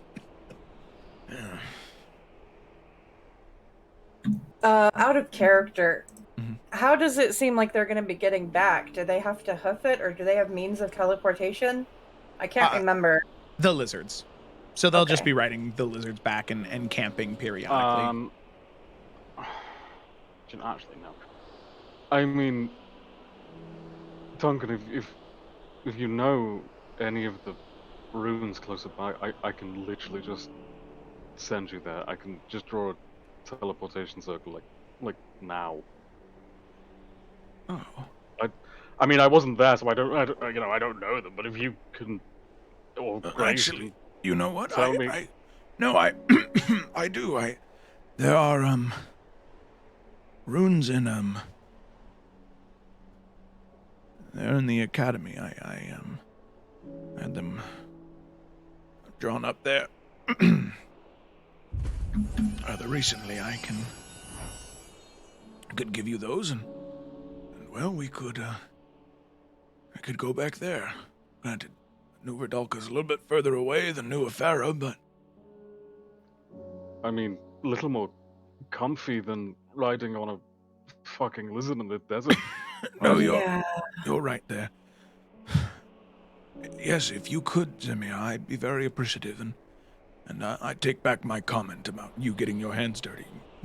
Keep those hands clean. I mean, they are, you wouldn't want to know what's going on my head. No. Stop. Take the compliment, boy. Before you do that, Duncan or Grace, when you get there and you've rested up, would you do something for me? And Duncan, he goes to speak and has this sort of coughing fit, and Grace nods and says, "Yes, we'd be happy to. What is it?" I'd like you to send a letter to my parents. And I'll write it out really quick. Okay. It's going to be really short and sweet, just asking her dad for information on Eldrick and the Night of Flowers. And better letter to follow soon. Love you. Everything's good. Okay. But just to give him this thing to start research on. Yeah, of course. And then Grace will nod and take the letter and fold it up, put it into the pocket on her jacket, and say, "Of course. Thank you. Yes, of course. I'll I be don't sure." know if it'll be helpful or not, but it could be. Hey, well, anything we can find in this journey to come, I think that it's useful. It's better to check everything than to leave any stone unturned. All right. Well, good luck to all of you. And we look forward to hearing from you after you come back. Yes. Yes, we do. I might ask one more favor of you. And Grace will nod. Morgonix is struggling with this one a little. Where we're going is dangerous, and we all mean to see it through, but I will slowly take Minerva off of my shoulders. Maybe you could have a companion while you heal up, and just take care of her for me for just until we get back. My dear, And Duncan kind of looks at Minerva and looks up at you.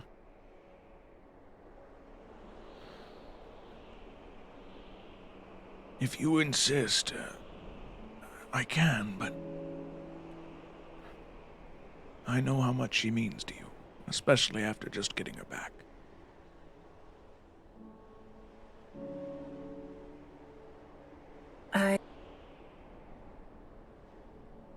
I think it's temporary, but I think it's the right choice. I don't want her to get hurt. Very well. But I will give her hugs and kisses and scritches, and even though she might not understand me, say, I'll see you real soon. You're just gonna go with Uncle Duncan for a little bit on a vacation. Yeah, just a trip with Uncle Duncan. And kisses and hand her over. Okay. She kind of reluctantly goes into Duncan's arms, and you feel that through the connection the two of you have formed, that there's at least a partial understanding there. And having spent time with Duncan before, there's trust there, so it's nothing too scary for her, but she's definitely sad, and you can tell that. Oh, don't be sad. I love you so much. I'll see you soon, I promise. Sad meow coming from the inside of the cat owl's space. Thank you. Of course, my dear. Barnes is going to tap Morganics on the shoulder. Can I borrow you real quick? Of course. He'll just kind of pull her aside real quick. Okay. This is bad, Morganics.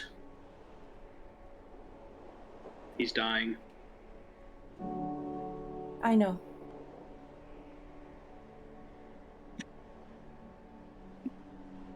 Guessing when I brought him back, my magic wasn't able to undo everything that happened to him. Maybe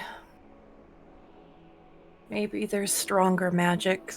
Maybe there's something else that can be done. But I know it's not going to happen here. And if there's nothing we can do, I don't want him to die here. I understand. I just kept info from you before, and I said not again. I just wanted you to know. I don't know how long he has. I know. I'm not happy, but I don't want him to see. Thank you. And he'll just nod and walk back. Okay. And with that, if you just connect those two pieces there, that's the rune. Right. Well, if you think you got it, Zamir, then... I'll rush in and give him a hug. Oh, thank you. Gently. Yeah. And he does hug back. It's very light. He is... Morganix has only been away for maybe a week at this point now, finally seeing him again. Maybe a day more than that, but he definitely feels quite thin as he just kind of taps you on your back. And He's went downhill very swiftly, I'm imagining. Yeah. Take care of yourself. Oh, I will. I promise you that. Listen, I've practically been to hell and back. I think a little cough isn't gonna do me in. All right. Zamir, I'd like a little bit more moisture in the air if you can start casting that spell now. I mean, moisture, or I've got wine, I've got scotch, I've got... Grace looks at you and is like, Zamir, under most circumstances, alcohol is an appropriate answer, but in this circumstance, no. Well, let's not rule anything out, Grace. Who knows? I mean, Duncan's got maybe a half and half. I don't want to be the bearer of, well, that person. But we should get them out of here soon. We don't know when we might have visitors. Sure. Zamir will shake Duncan's hand, and he'll kind of lean in and say, "You don't want to know where that's been," and give him a wink. And Duncan will laugh at that. And with that, Duncan will bid all of you farewell. Same to Alec, of course. And I think that Alec would, having seen a similar thing happen to Grandma Tala, I think that she would definitely understand what's happening even without Varnast words to Morgonix and say, Duncan, even though you don't fight like I do, you're very strong. You'll beat this. You will. And Duncan smiles, and Alec, fist to her chest, head nod, as Duncan smiles, and with that, Grace sort of helps hold him up, and Zamir, you cast Teleportation Circle. Sketching the runes out on the ground, the two of them step in, and with a flash of arcane magic, they vanish. You can feel the spell was successful, Zamir, as you now are very confident that they are safe in New Verdalka, hopefully getting some help to ease Duncan's pain. With that, the two of them out of harm's way. The rest of you pack up your camp they left behind, saddle up on your mounts, and begin to head towards the Bloody One's home. Following the directions on the map given to you by Grace, you know that it'll take you about 3 days to get there from where you are now. So, the rest of this first day, the 22nd of Frostwind, goes uneventful. It is a quiet journey.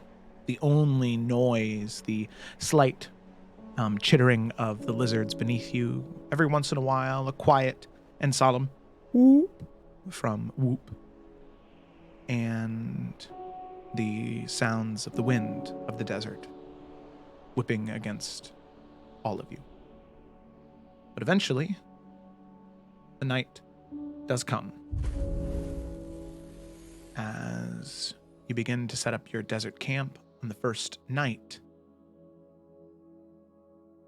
I have to ask who is taking watch, and is there anything that anybody wants to do before you all head to rest for the night? Zamir does want to talk to Morgonix, but I can wait. Okay. Torn will take watch with Varnast, if that's okay. Sure. We'll take the first one. And then Yeah. Morgonix and Zamir on the second? Yeah. Yeah, if Zamir's willing to take a watch. I was gonna say I don't think he would have volunteered to do a watch, but if Morgana's what he's like, fine. All right. Checks out. Amazing. That's good. Okay. Alrighty. So with that, There is a slight thing that Torn wants to say to Ovid. yeah, of course. As all of you are getting ready, cooking up your small dinner over the campfire, you all eating, it'd be easy enough for Torin and Oyvind for the two of you to break away from the rest of the group. Hey, Oyvind.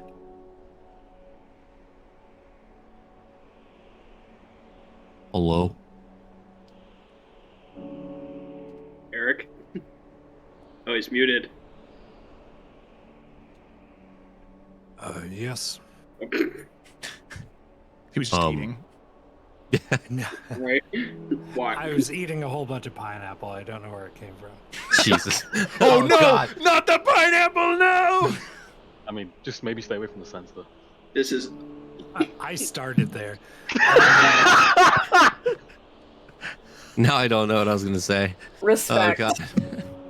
And I'm Torrin. off mics. Torrin is just going to say, thank you for not leaving. What do you mean? Said, oh, wait. I'm dumb. I said I was leaving Going to leave after. after yeah. I met my daughter. Yeah. You know what? Still, I appreciate you. Thanks. This was supposed to be more, Yep. Yep. This is not how I thought this was gonna go. No, not at all.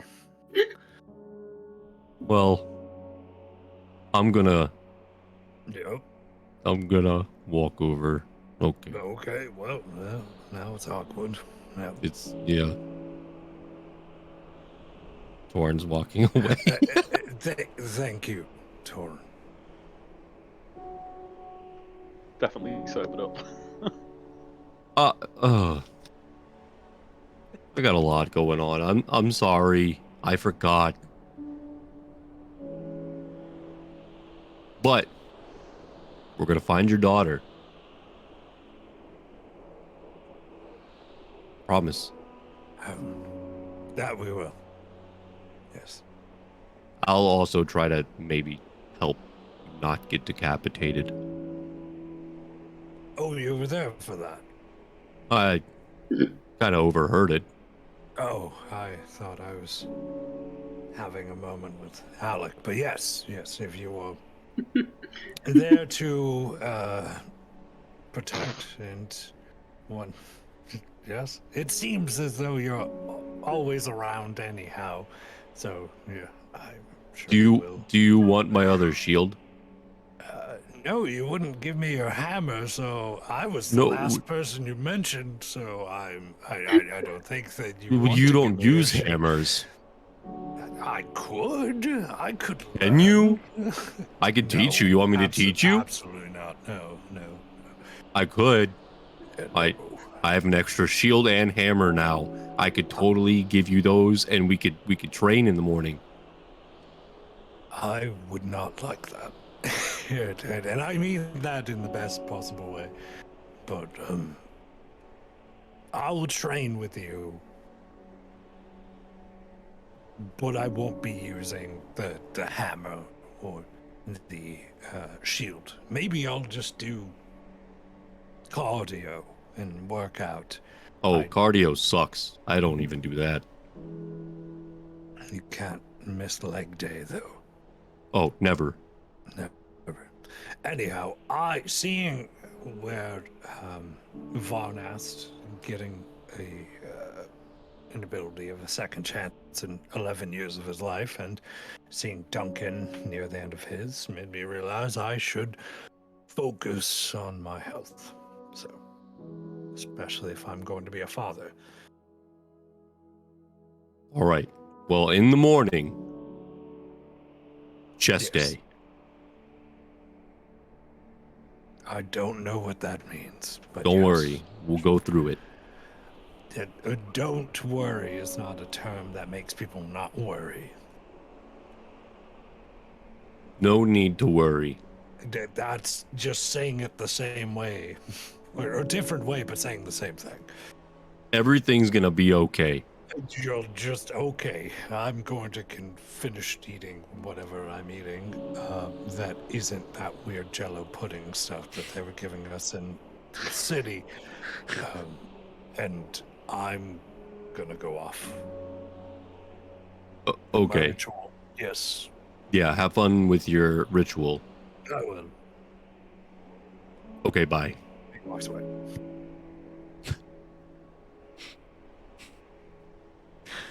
Is every conversation between the two of us just going I to be think two so. awkward old men? I think so. I think so. Just two I people love at it. a diner just not knowing who's paying the bill and just Yeah. having that weird argument. I love it so and much. then never leaving the restaurant. I really They like just to eventually imagine buy the restaurant. that both of you walked away in the same direction, and then one of the two of you were like, "Actually, I got something to do over here," and then you like split off. We like go into each other. We're like, oh, sorry. I'm going. Just oh, wanting. oh. Let me just squeeze right past you. Oh, sorry. Mm. Both of you become from the Midwest. Okay, I'm done great. being awkward. Okay. Well, don't make a promise you can't keep, John. You are what you are. Sniped. Oh. All right. So with that, Oyvind and Torin, you do split from each other.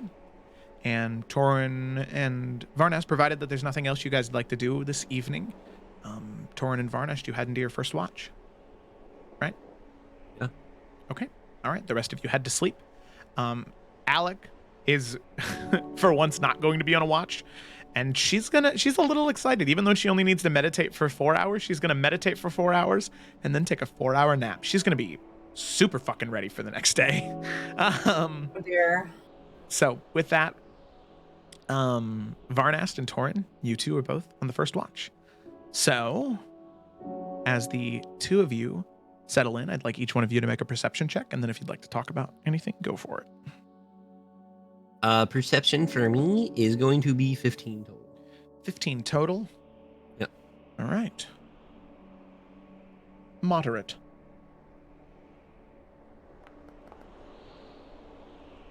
That is unfortunate for me. All right. I rolled a 15. Okay, a 15 and a 16. If anything gets too close, without you noticing, Varnast will just default to your passive perception. All right. So with that, as the two of you settle in for your watch, is there anything you'd like to talk about?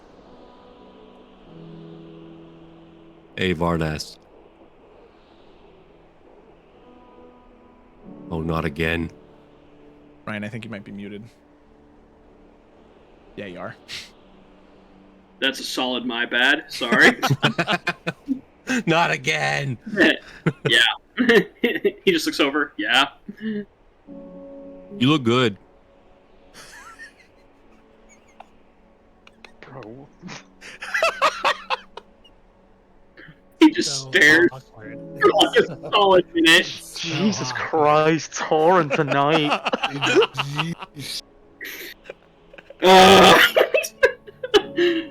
Thanks. Was I not supposed to? No, you're great, Torin. You're great. Thank you. What? Okay. Now I forgot what I was gonna say. Oh, there was more? Well, please tell me what it is. Oh, thanks, for helping me out the other day. You're welcome. I was concerned I did a little bit more harm than good, but you seem to be back to your regular self. Yeah, I feel good. That's the most I've remembered in, well, ever.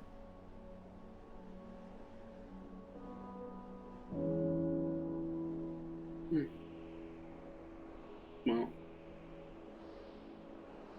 when all this is done, when the dust settles and our conflict here ends, what do you plan on doing? Whatever you all plan on doing. Or do you mean in everything? Well, originally you two just joined to find Oyvind's daughter. I wasn't sure what was going to come after that.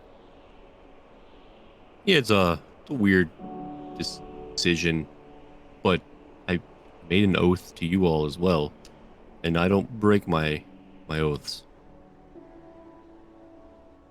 Well,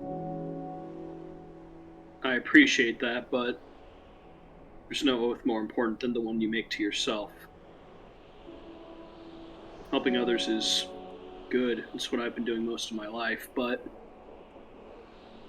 I've realized you really need to make sure that you're okay, or you won't be able to do all the good you're hoping to. Well, it helps when I'm around people like you all. Well, Also, you said you were from Albiord? Mm-hmm. I realized that. I mean, we've talked a little bit, but I actually don't know much about you. What do you mean? Oyvind and I have the exact same accent. Yeah, but Nice. Thank you. I was like, that was meant to be a joke. I got it. I was laughing behind you. Okay. I was like, oh, that didn't land. I really haven't. I haven't. You haven't told me much about you, and it's okay. You don't need to, which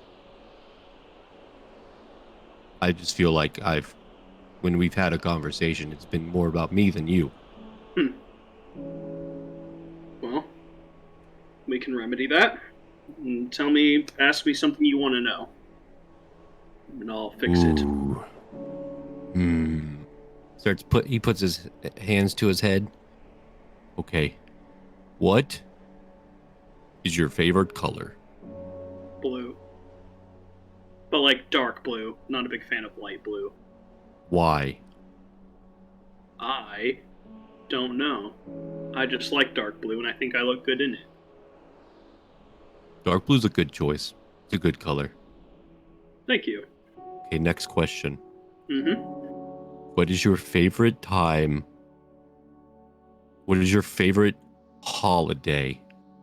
No, that's a dumb question. What is your favorite time of the year?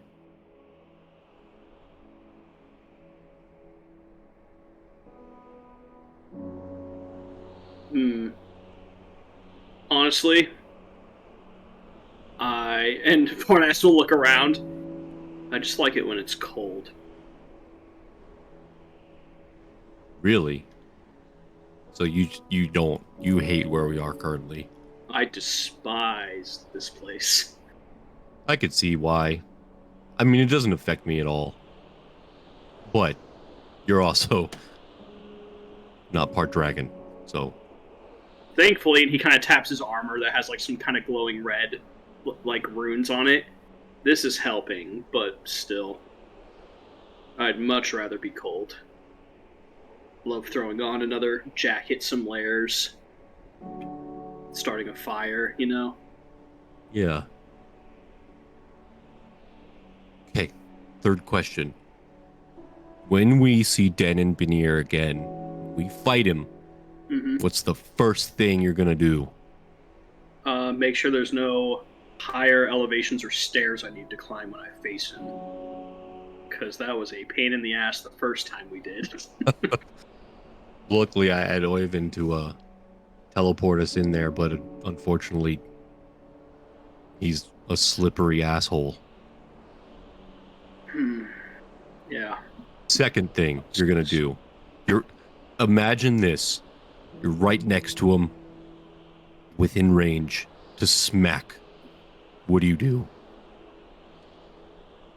Probably boost some radiant energy into my sword and then strike him down as hard as I can. And make sure he doesn't get back up this time. Yeah. Just to let you know, that was also going to be my answer. Except I have a hammer, so it'll be radiant energy into my hammer. Well, with tacticians such as us, how can we fail? There is no failure. We will win. I don't know words. I must admit, I'm concerned about who they're sending Livden in. He knew he wasn't a match for us last time, so whoever they're sending is going to be powerful. I'm worried it's Parido. Whoever it is. I think they're underestimating us.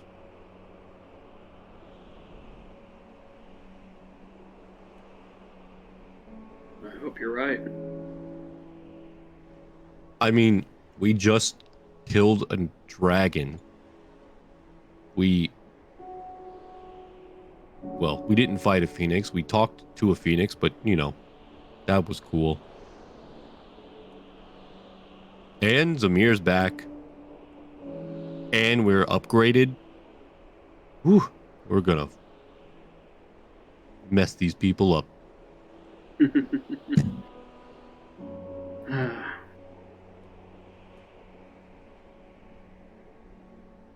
Well, I admire your optimism, but I hope you're right. Well, if I'm not, I actually don't know what happens if I'm not. I guess we die. Or do we become like the Dark Ones? I imagine we would become very much like the Death Knight. Oh. Yeah, let's not die. Let's win. Another plan that you and I have on the same page. Excellent. Nailing this. Yeah, for sure. Alright. Anything you're really curious about? Like anything you really, really, really want to ask me? No. It's... I'm not good with questions. I just know that we haven't talked very much, so... We have a quiet night, and I think that we're not going to have so much of a quiet night in the near future. So... Probably not. But, as you said, at least we know this next attack is coming. If they aim to catch us off guard, I think they're going to fail. Yeah. Well, no. I've got your back.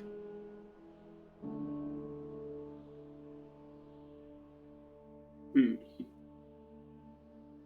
know, a thought just came to mind. Would you mind if I cast a spell or two? Yeah, sure. Might as well try preparing. Joe, Varnas is going to scry on Dinnan. Okay. So wisdom saving throw on his part.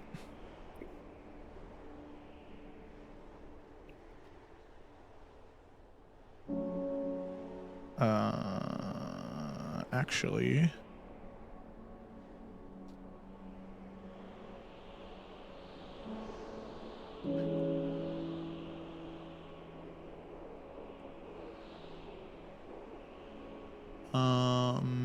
as you go to cast the spell, Varnast, the spell fails.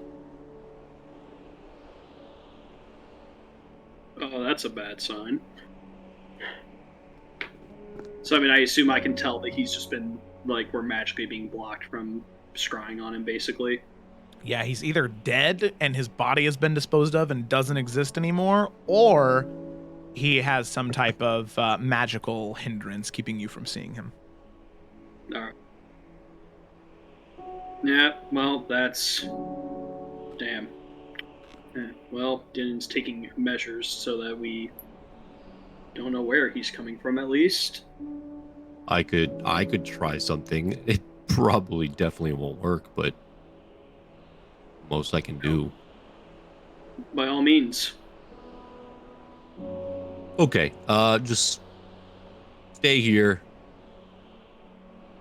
I'll be back. He's gonna jump on Whoop. He's going to cast Divine Sense, detect fiends and undead, and just do a lap around.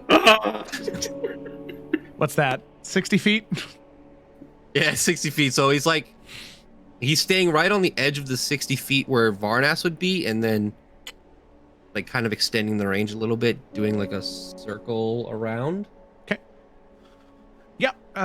Within a sort of 60-foot radius around the camp, well, I guess a little bit further than that, but in that radius around the camp, 60 feet from the way that you sort of, yeah, I guess a 60-foot radius, you don't sense anything. Torin comes back. I knew that wasn't going to work, but worth a shot. Hey, absolutely worth a shot. I mean, they could have just been right there. Right there. Yeah. Hey, and better to know than to not, so well done. Alright, I want to check in on a few other things. I don't know why, but, like, this is Ryan. Like, this character kind of came into my head. So he's just gonna try... He's gonna try to scry on Frederick. Okay. Okay, wisdom saving throw. Okay. Your DC is... 17. 17, okay. That is a success. Oh, for him? Mm-hmm. Yeah. Damn So, it. Okay. It's not an immediate cutoff. The other one just failed instantly. This one, you can tell that he resisted the effect. Alright. Okay. Barnes just kind of like mutters a little curse under his breath. I mean, might as well try. I'm gonna get a rest here soon, hopefully. Last one he's gonna try for tonight is Kobach.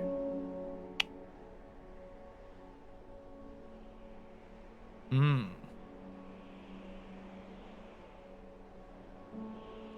Hmm.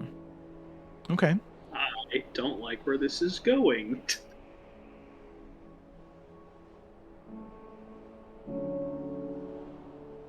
Okay. DC 17. Okay. That is a failure. As Varnast, you begin to scry, sort of closing your eyes, opening that third eye, letting it take you wherever it does, divining. Third eye opens, and it opens in a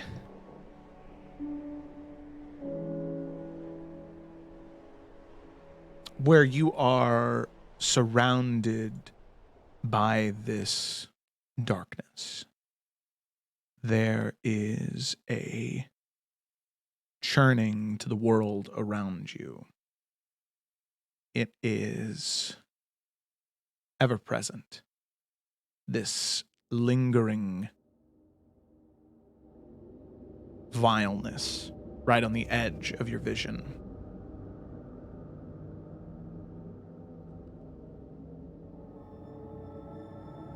Now, Varnast, correct me if I'm wrong, but you do not have dark vision, correct?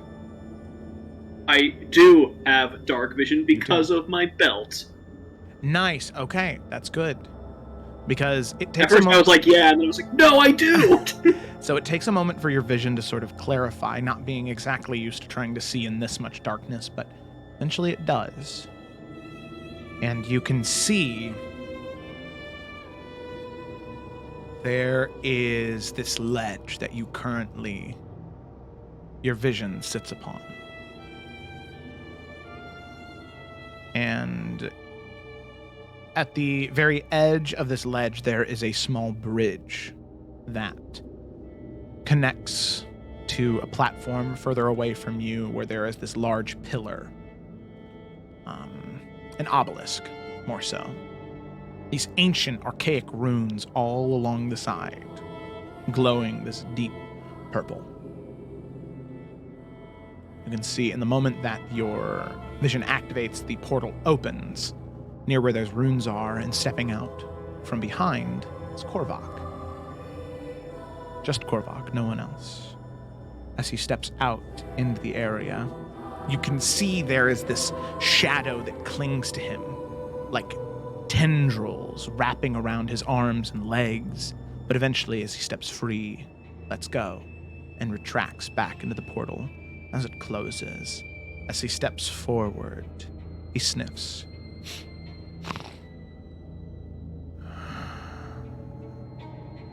And his eyes drift towards your scrying eye. You can see that emerald eye light up as he speaks directly to it.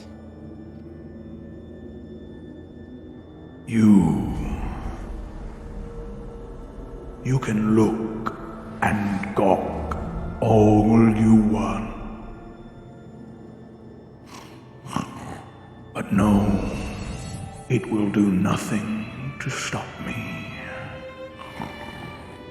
As with a final snarl and inhale, the emerald eye on his face begins to glow, and the beam shoots towards the scrying eye. As Varnast, you are immediately kicked out and removed from your vision as Kobach ends the scrying spell.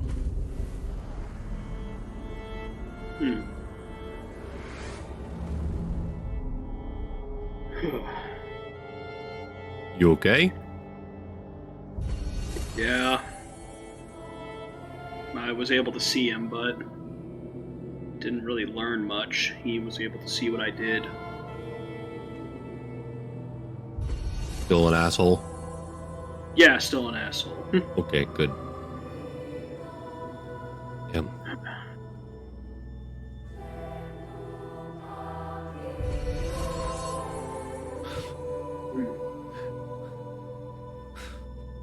So What are you sorry. laughing at? No, nothing that. Thank you, Shane, for the what 10 gifted subs. Jesus. Thanks very much. Oh, goodness gracious. Yeah, drive by indeed. Okay, sorry. No, you're fine. Well, guess we can't worry about him. We have Din and our mystery guest, and then Kobach after. We have a lot of fighting coming ahead. I'm excited. Varnash just kind of shrugs. It's what we do. And we do it well. Indeed. Well, I am getting tired. We should probably wake up the others. agreed. Alright. And we shall do that. You wake up Samir. He scares me. What? Zamir scares you. More than Morgonix. Currently. Alright! Have fun! I'll go wake up Zamir. Sorry, wake up Morgonix. Okay. All right. With that, Eldritch Blast. Yeah, I was gonna say, I was Morgonix Eldritch a lizard out of being, but hey, you do what you want. alrighty. So Zamir, Morgonix, the two of you are awoken for your shift, and it should go with noting that with a 15 and a 16, Torin, Varnest, nothing happened of note on your watch. Maybe a few birds flying up above, the churning of sands far away, but nothing that led you to believe you were in any imminent danger. Question. Yeah. Can I have Whoop, do perimeter searches? Just constantly, every 10 minutes, walk around and just help the party safe?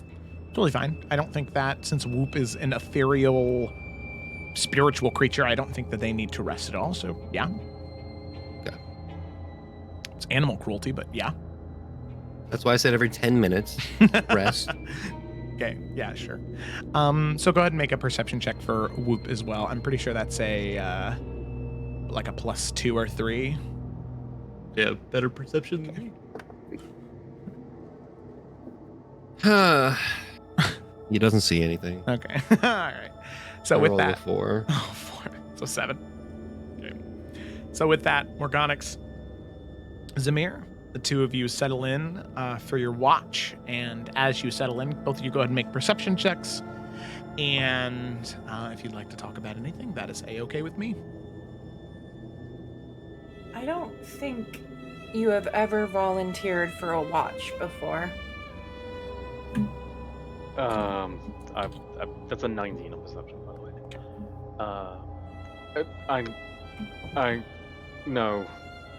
I'll be honest with you. I fucking hate this shit. So why are you doing it? Because it's for entirely selfish reasons, and I didn't Ah. know. I mean, it's hello, it's Samir.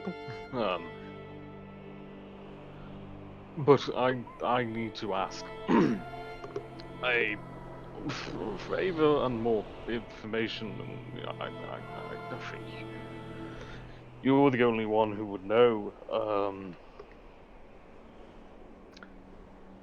Where may I obtain some Ryanite, or preferably Electrum, and relatively fast? Why? Legality is optional. Why? Well, we're heading into dangerous situations, and it's just in case. of character, would I have any inkling as to why he wants these things? Like, Yeah, I would say that this is because you went to the College of Hearthcrest, you studied there. Sort of a mandatory class for all students to take would be something about the dangers and these sort of like case studies of instances where either people, groups of people, or even entire kingdoms or empires or nations went too far with their magic. And you actually did need to do a lot of reading about Ryanite. Now, Ryanite is the raw form of what I've made Electrum in my world. Electrum being the super duper valuable currency that's used to power powerful, like magical technology, like airships. So, Ryanite is the raw form, and Ryanite is unstable, but it is supremely powerful at enhancing magical ability. Biker Crank and PCP. Yes, mixed together in a red solo cup. I was wondering if you were asking the librarian for Adderall, not gonna lie. That is pretty close to what this feels like. Electrum is stable to use. It's dangerous, but it's stable. Ryanite is vastly more powerful, but it is, yeah, not good for you to use. I know where it comes from. Yeah, so you would know that it is a mined material, and specifically it's hard to find. The reason that is because it is an ancient like mineral where pretty much what happened is as the planes were forming, there were these small like little pocket dimensions that were crushed between the Feywild, the material plane, and the Shadowfell. And because of the constant pressure between those three planes, they ended up forming these small clusters of pure, like raw, arcane, and elemental energy. And those clusters are where you find Ryanite, but there's no rhyme or reason to where they're at. So most of the time it is like illegal black markets or through like mass trade deals between like wealthy nations. So you might have some connections at the college that could get you that, but legality Not is not fast. and legality is not And- optional there. Legality is no. It is not legal. Morally, would I want to? Okay. Yeah. Ryanite, though, Ryanite, you know you could get legally. It's just really expensive. Or Electrum, sorry. Electrum.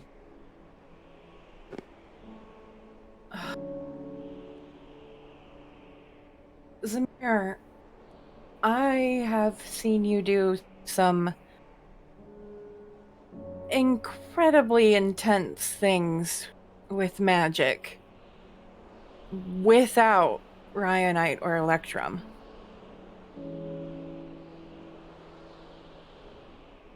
Uh-huh. Uh-huh. Yeah, uh-huh. I mean, why do you want them? I don't think you need them. I like I said, just as a panic button. It's just time is quite critical.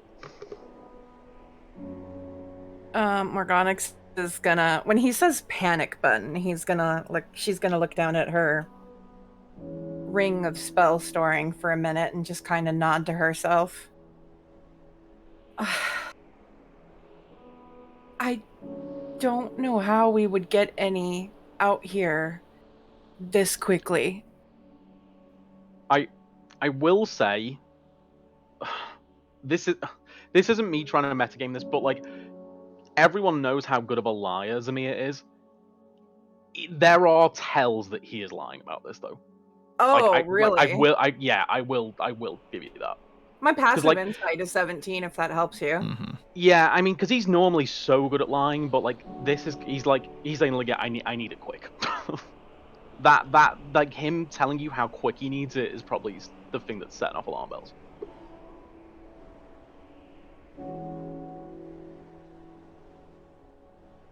I need you to be honest with me.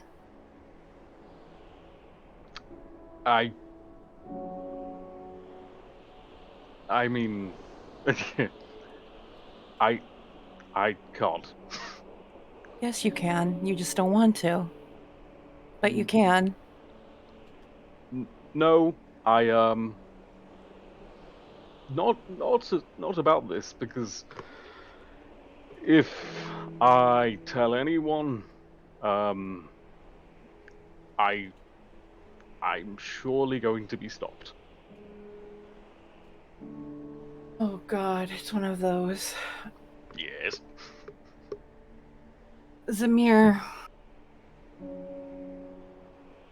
I didn't judge you for the pineapple, and that's one of the worst things I've ever heard in my life.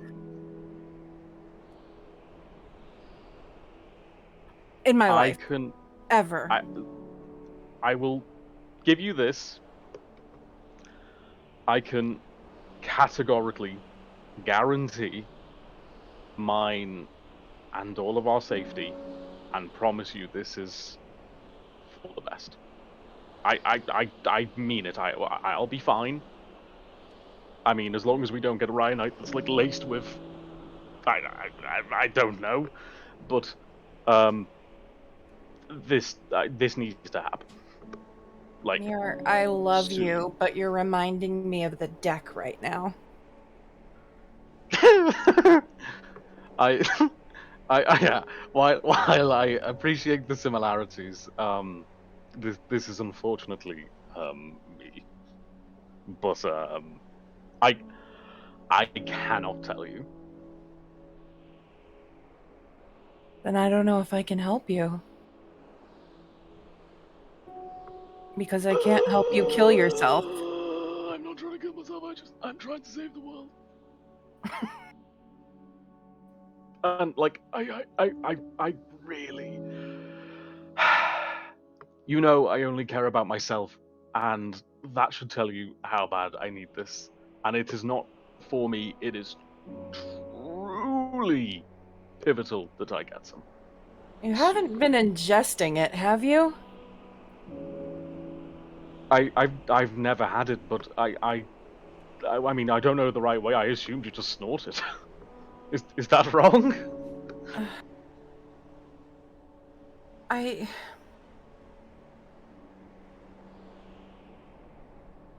Is there like some kind of insight I can roll against him to try to get a hint? Jamie, that's up to you. I leave this up to your discretion. You wouldn't get any hints as to what he's really on about, but you would definitely tell he is being sincere. Okay. When he is saying he's genuinely trying to help, and it's not for him to get like fucking, you know, he's not shooting off to the moon. And I will say, Morgonix, from the studies that you took, in order for this to actually have any type of like legitimate effect that could be useful, snorting it is not the way. Snorting it is a very brief moment of power that pretty much gives you like a breath attack of a sort. Oh my goodness. Infusion. I was joking. Infusing it, which means refining it to a liquid and then injecting it into your bloodstream. That is how you get a permanent effect.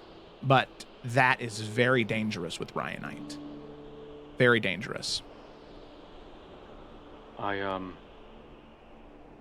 Look, I will say, I don't want this to be, this isn't going to be like a regular thing where I come to you every couple of months being like, I need more. This is a temporary one-night thing. I just need to improve my spell endurance, which is the least out of carried away I can say more spell points.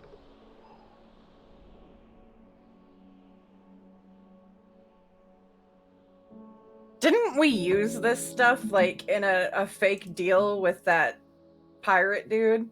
Yeah. There's not any like remnants or shavings in my bag, is there? Sadly, no. That does not happen with Ryanite. Didn't know. Had to check. Nah, that's fine.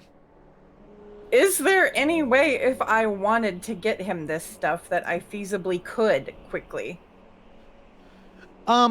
Yeah, there are ways, it's just reaching out to the right people. I mean, you're sure, honestly, the more that you think about it, Jinx may have a contact or two that Oh, she of could course reach she out would. to, within the scholars in the Gemstone Archipelago.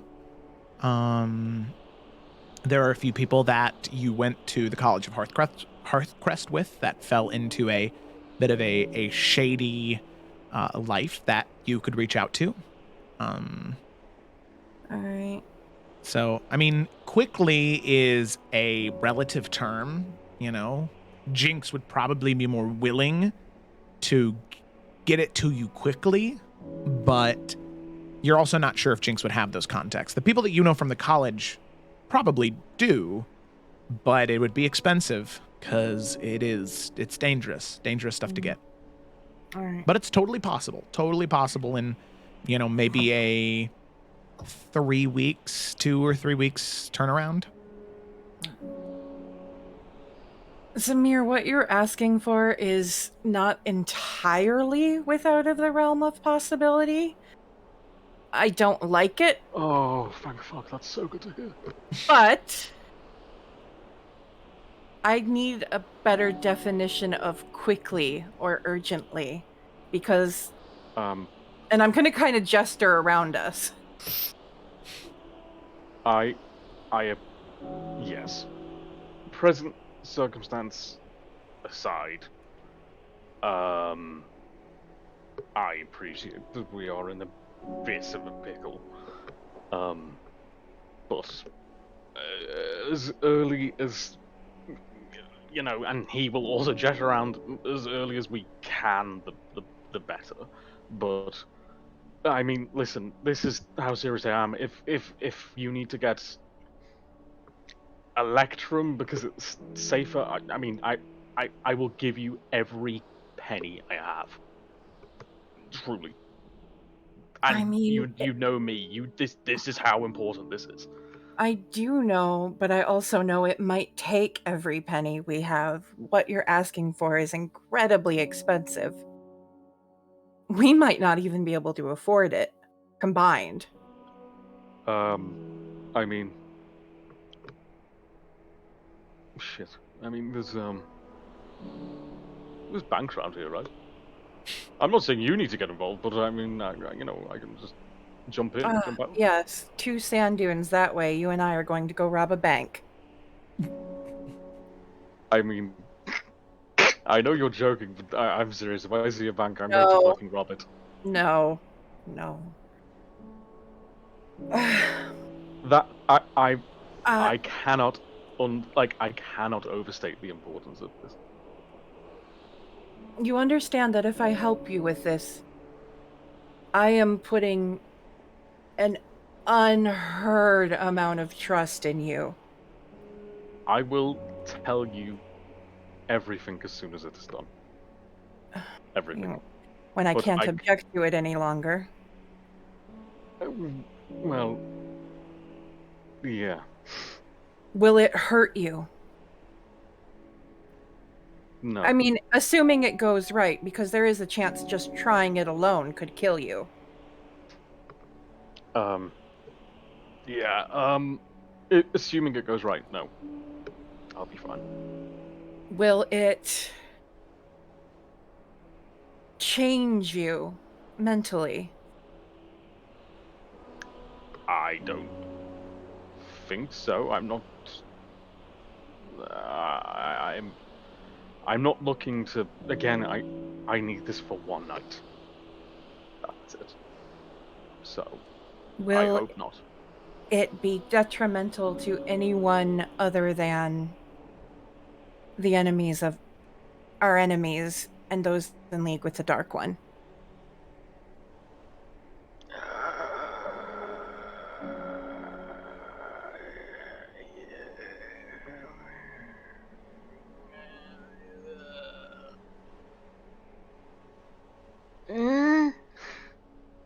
She's just librarian staring at him. That's a really strange question to Okay, answer. barring any moments of combat or bandits or ambushes, is this going to upset some arcane balance where innocent people will pay for it somehow? I'm trying to cover my bases and get behind this. No, and I am gonna roll a deception for that one. Oh! Okay, insight. Oh wow. Ooh. Ooh. She wants to trust you, you son of a bitch! I mean, oh Christ. Oh You know, wow. Oh. I hate you, Jamie! Oh god. Oh god. Oh wow. Yep.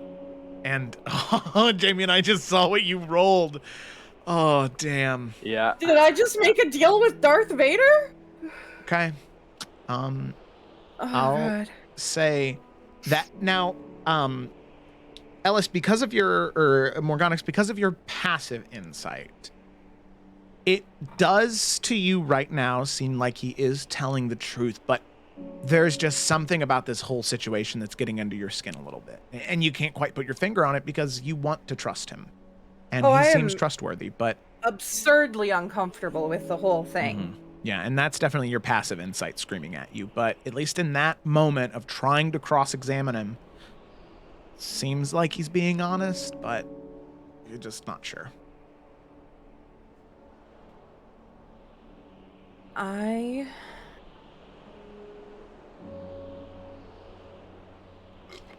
I'm not saying no. Oh, that is such good news. I have not yet said yes, and even if I say yes, I still may not succeed. I don't. Just tell me what needs to be done, and I'll do it.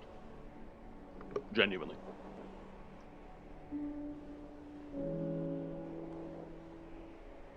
I wish you could just tell me what it is you want, and trust that I might support you.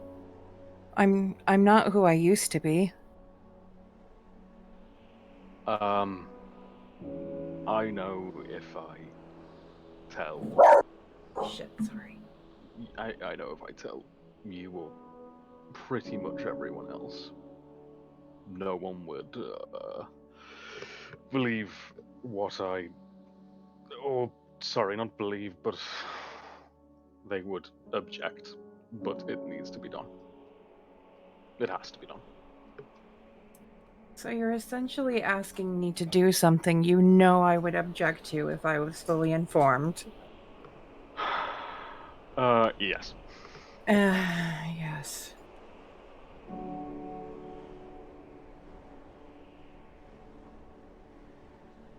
That's a big ask.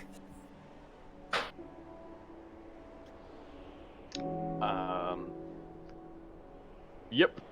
But Yeah. you know I'm desperate because you know me, and if I didn't need help, I would have done this skulking away on my own if I could.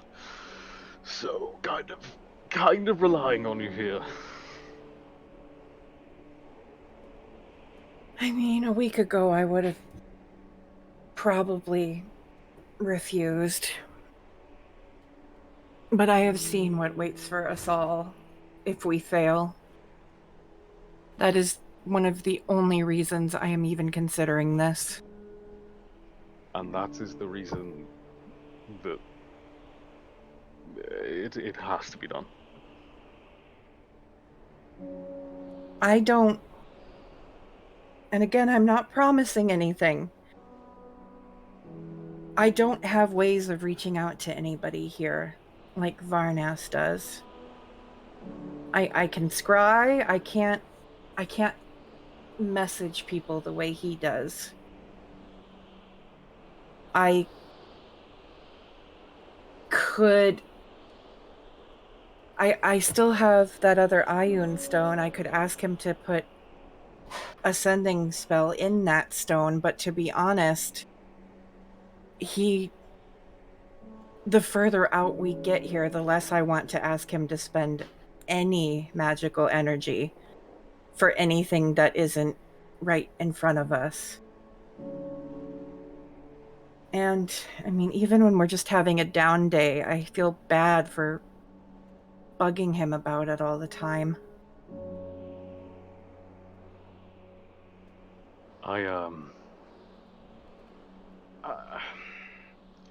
Listen, just don't make waves doing this. If you need to take longer, I understand, but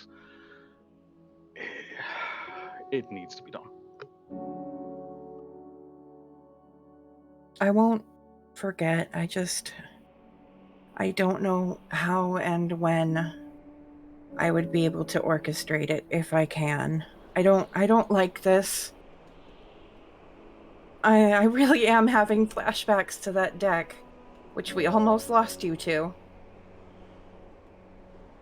And I don't even know if you ever realized that, or if you were ever not resentful towards us for it. But we did almost lose you. And it was awful.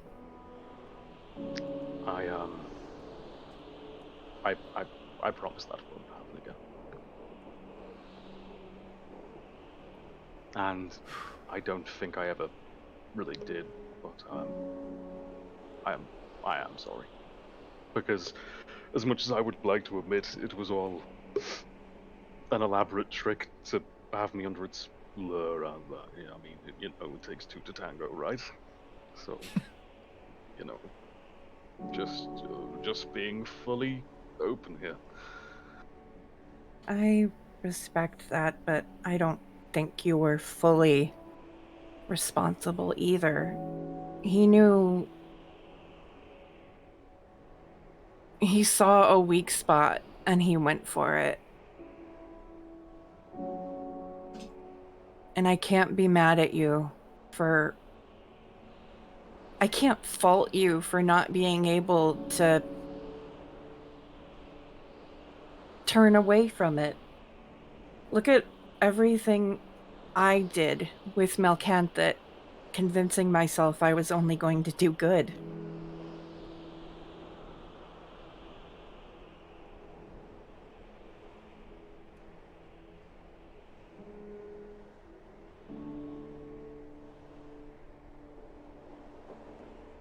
I'll think about it, and I'll try when and if I can.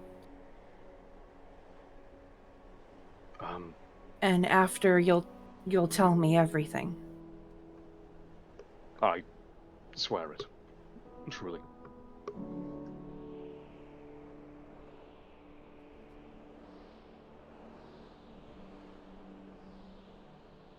I trust you. Please, don't give me cause to regret it. You won't regret it, but I mean, full disclosure, you may not like her. You'll understand, but you may not like what I tell you afterwards.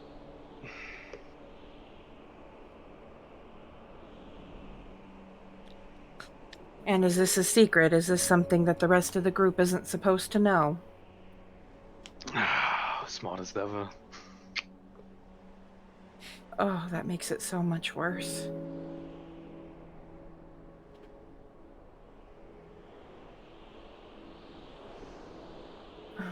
But okay. yeah, I think truly, and he'll like kind of bring her into one of those hugs, even if she's resisting, and be like, "Thank you for doing this." Even if she's like, "I'm still not saying yes," he's like, "Thank you." She'll hug him anyway. Okay. But she's clearly unsettled.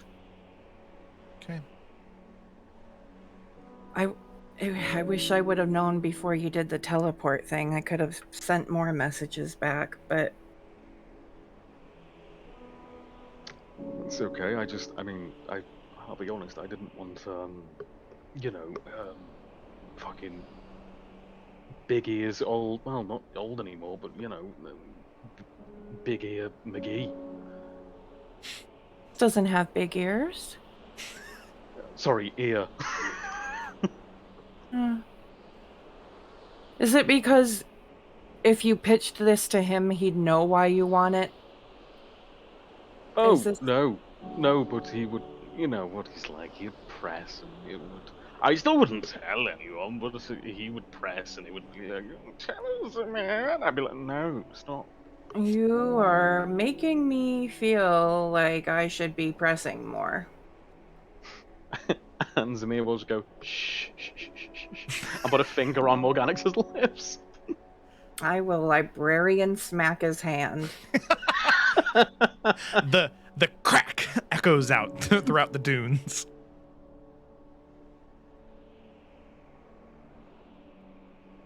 I don't like this. I mean, neither do I. But, listen, once... You won't like it afterwards, but once I explain, you'll at least understand. Is this something Emeril taught you? Is this something he has done? No. I'm gonna have to roll another deception.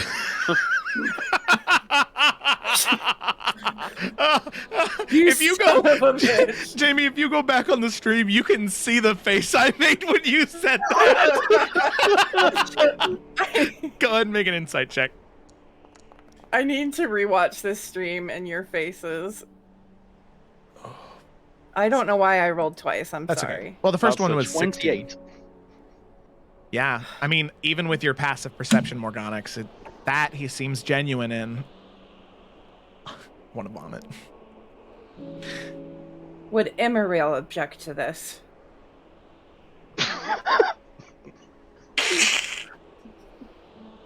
You son No. of a- Let me roll another deception. Does Zamir say that with a straight face? Yeah, that was Jamie. But yeah, sorry, Jamie, I didn't mean to make you laugh there, but I didn't mean to make a noise like a plate dropping on the ground. That was weird. That's a 23. That's a natural 20, you motherfucker. See how it feels. Okay. 27. 27. Alrighty. So what was the specific question that you asked, Morganix? Would Emeril object? Would Emeril Oh yeah, object? technically it's a 37. Thank 37. you, Ryan. Yeah. So when he says no, he says it with a straight face. But that you're pretty confident. There's a small, like, little twitch at the corner of his eye, and you're pretty sure that there's a chance, with what Zamir understands of Emeril and what you do, that even Emeril would be against this, but it's something he's done before.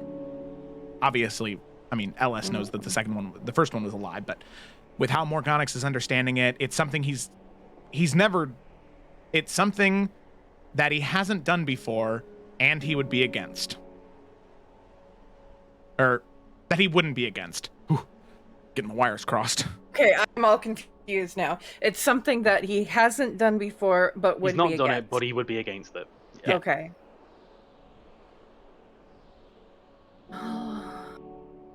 You realize how messed up it is how rare it is that we find the line that Emeril hasn't dared to cross. But you will.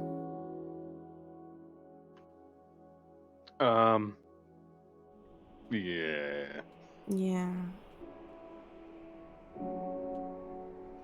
I mean, look, if you're not comfortable, You'll find other ways of getting it. I mean, you've kind of drilled me down to the point, but yeah.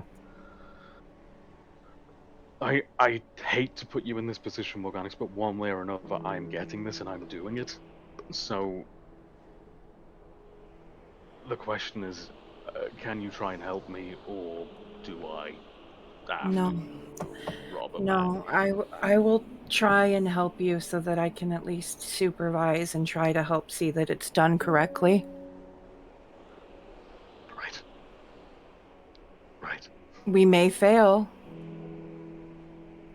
Um, And if I find out you've lied to me, or misused or misplaced my trust, I'm going to tell your mother. I would really rather you didn't. Good. I Mm, would too. Because you would break my heart.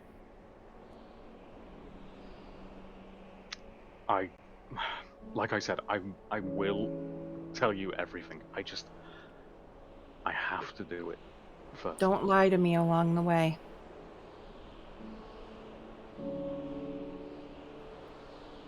Okay. I'll give you a pass for tonight, because I know you have. But it stops. It stops. Oh, fair cop. Fair cop. All right.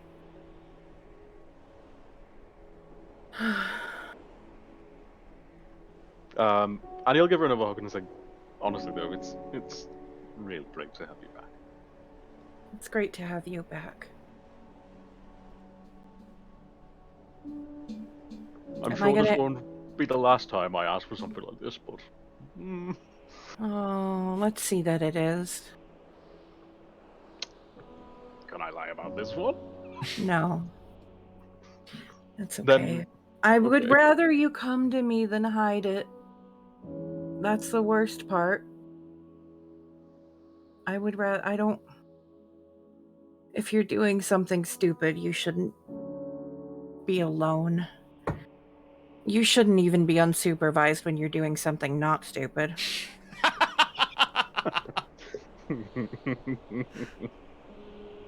I'll help you. I appreciate that. Thank you.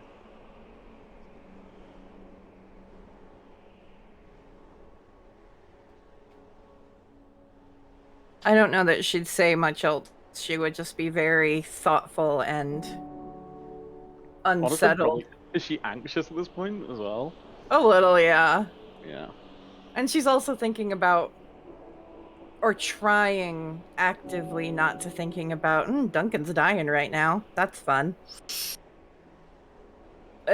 Her head is messy. Mhm. And it's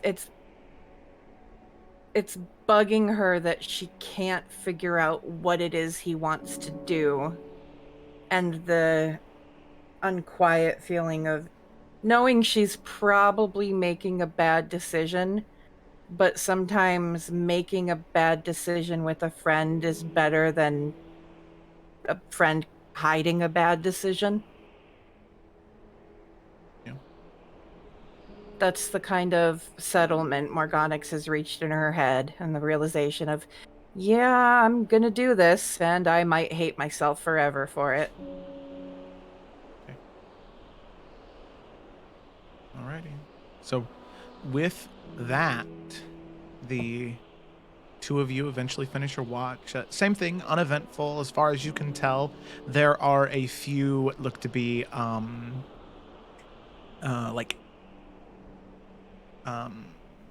is that, carrion birds that do fly overhead, way up in the air. You can hear the same churning of sand that you've been hearing.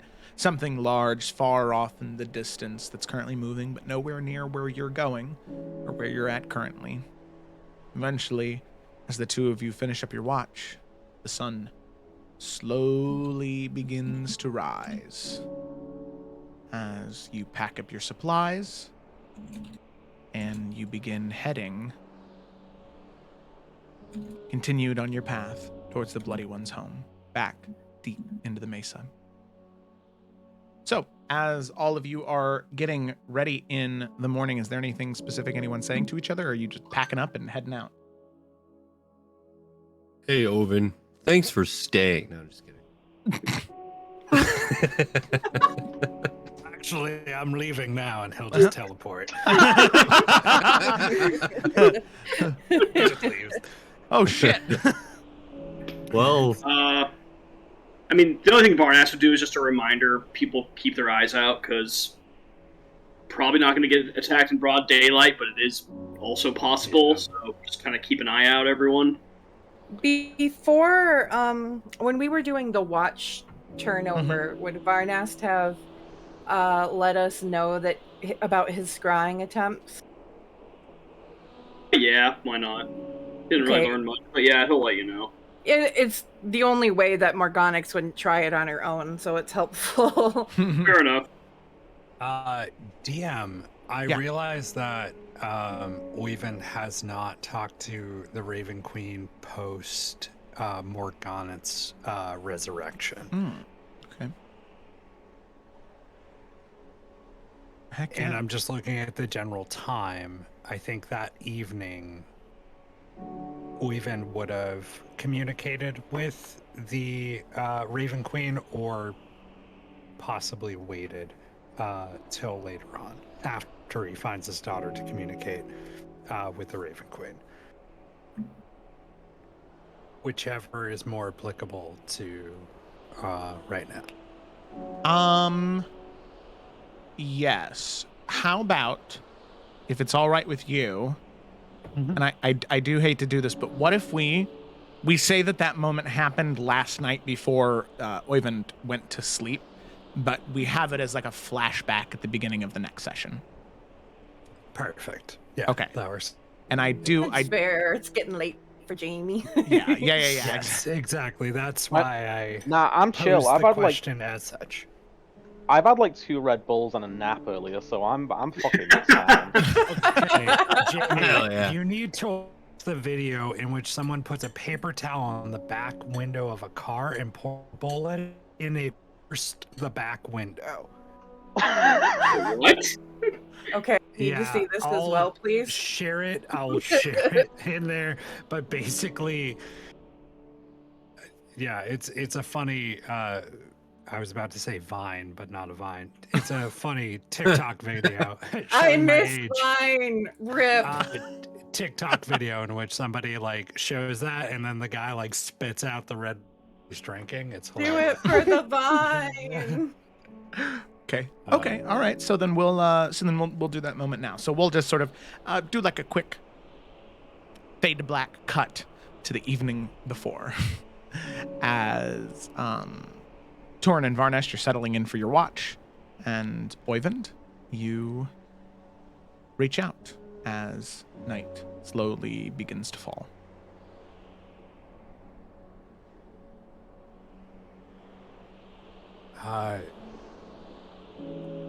Oyvind would set up the same ritual that he did the last time that he talked to the Raven Queen. So the moment after Morganit's died that evening, so he would set up the circle, and then the final preparation of it is cutting into his palm, and then going to rise.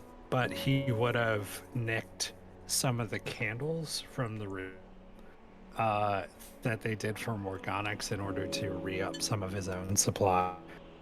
And then he would actually have like some of the food that he's been traveling with is like an offering to the dead, and have like 7 different plates set up for that.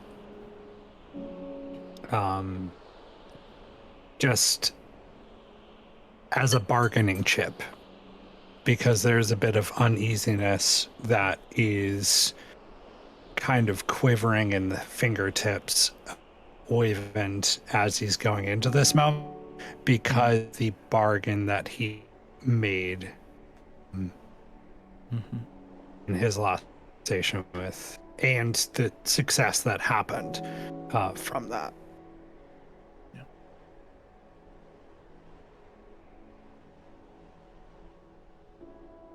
Okay.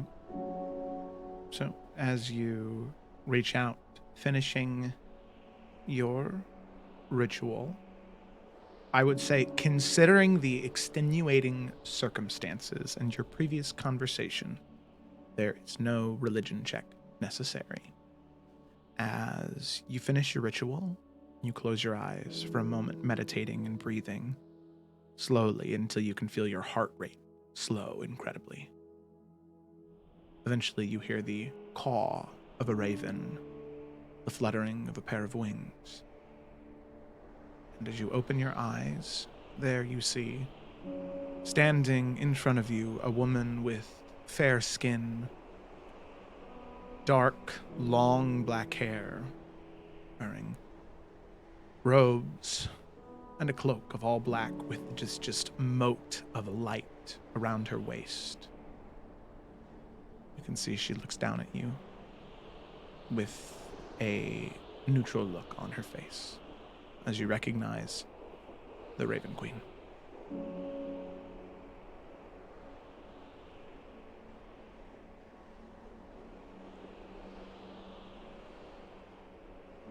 I do not wish to wax poetic with you in as we understand circumstances of the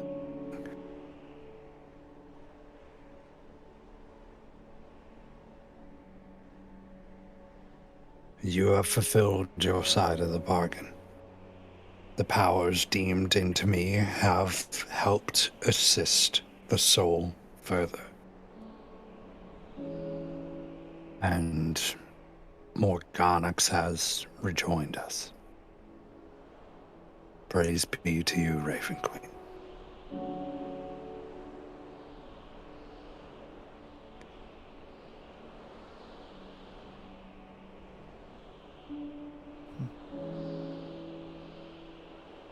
But I think, in general, being the circumstances as they are, and knowing the threat much more from Morganax's resurrection, and seeing the Death Knight and the power of this group,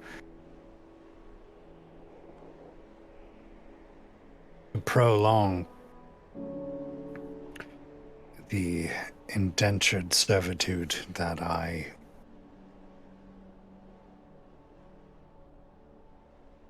bargained with you for as a part of my end of the deal.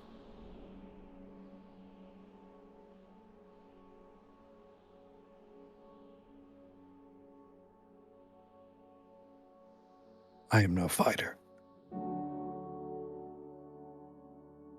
but I wish to be one. And I believe you and all the other gods will have much being around.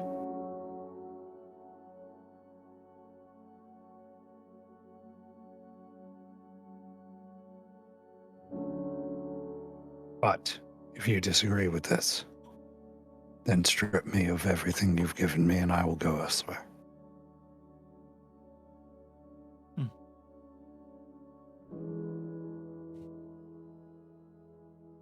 Though I am not a fighter, I am willing to fight.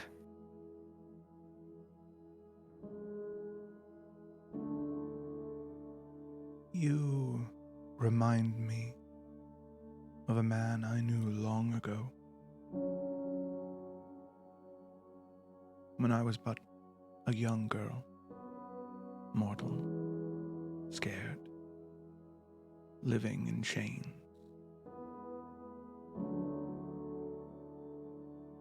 Sold to some high lord of the city of brass. This man, a blacksmith. He wasn't a fighter, but he fought for me to save me. Without him, a man who never claimed to be a great warrior, I would not be where I am today.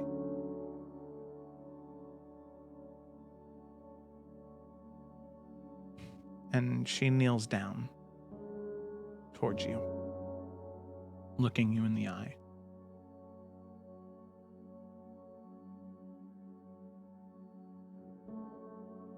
You do not need to be the strongest person on the battlefield, the greatest swordsman, the most powerful mage, in order to make a difference in this great war. You have already proven what I knew about you from when I came to you on that night. You care, Oyvind Aki. You are a man who cares about his people, about his daughter, about her, and about all of these people you've met. That care and that love you have for them. You didn't march into the cave, the lair of a dragon. You didn't do that for yourself. You proved that you are a great man, capable of great things.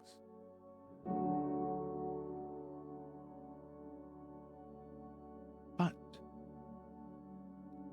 I am a firm believer that it is not the gods' responsibility to impose a fate on a mortal without it being their choice. Too many things were forced upon me when I was young.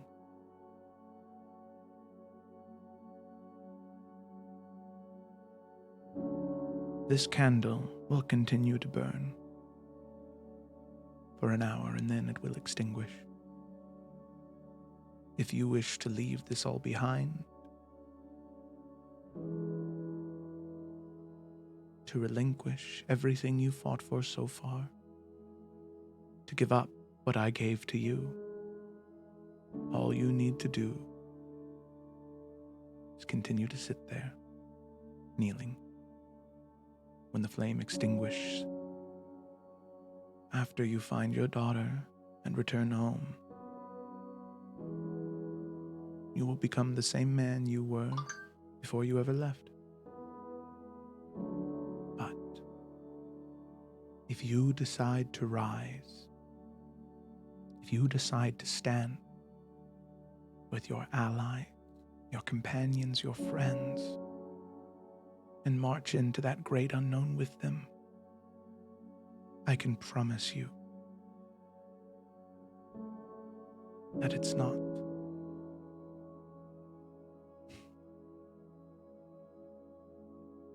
I can promise you that you will be a great man, just as you've proven you always have been.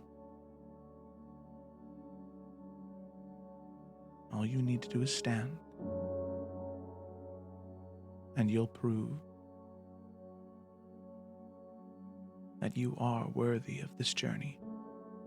But, and she stands, it is your choice, Oyvind Aki. You decide to do with the time that you're given. I will not judge you either way. If you continue on your journey, you will have the gifts that you desire to better protect your friends and the people you care for. But if you return home, well, at least you will be safe then. Right?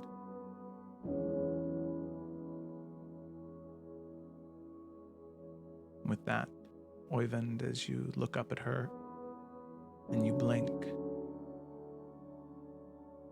when your eyes reopen, a small bird, a crow, a raven, caws and flies away into the shadow of night.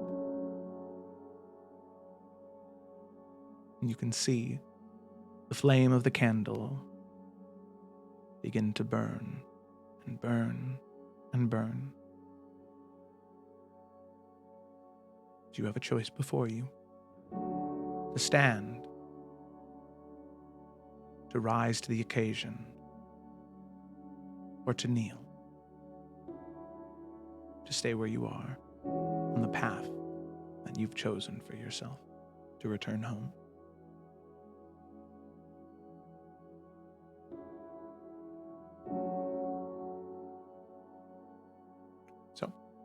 Oyvind, what do you do?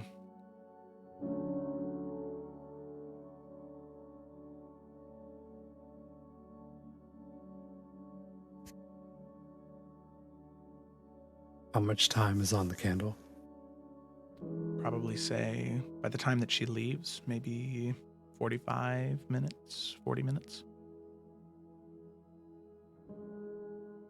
Did we say his watches? Whose watch it is?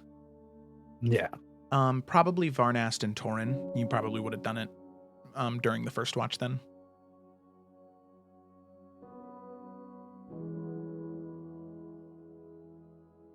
I even would walk out from the tent to speak to the two of them at the same time. After the switch happens, they're walking out.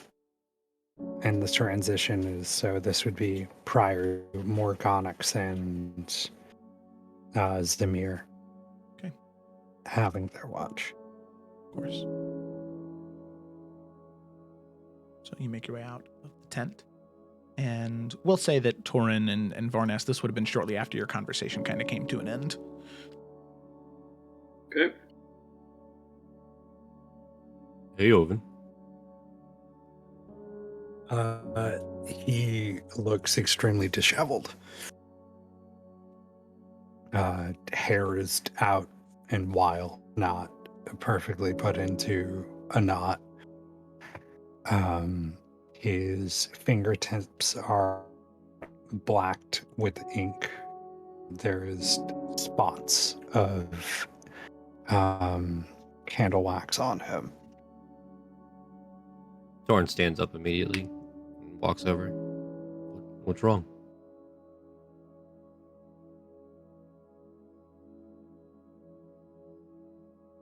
I want to talk to both of you. I am at a crossroads, it seems, with my and my deity.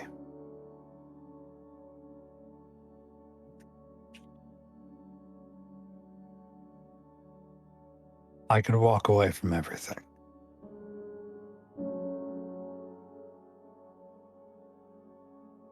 Stand and rise to the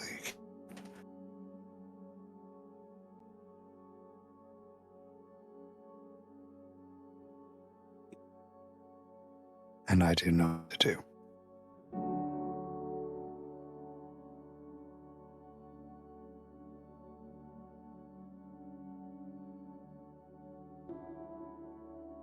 But I wanted you both to know that regardless of what decision I made, each step forward I've made with you all has been one of great.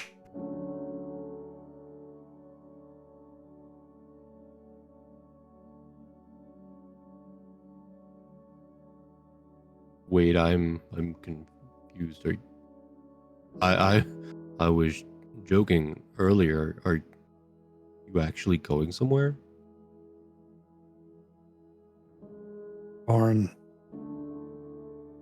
our conversation previously, I told you I was no fighter. That was no lie. But I have an opportunity,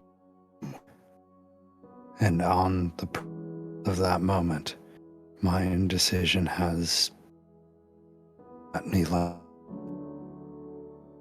And I need to hear from you involved. Do I buckle under the weight of it all? Or do I stand and push against it? I need friends. And like this. Where I have never been one to stand alone. But I have been one to walk as I fled my own.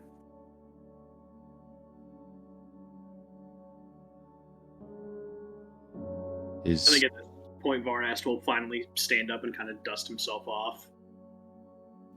Kind of look to Torin to see if he wants to say something first or if he wants Varnast to go. no, seeing Varnas get up, Torin will just nod to Varnas.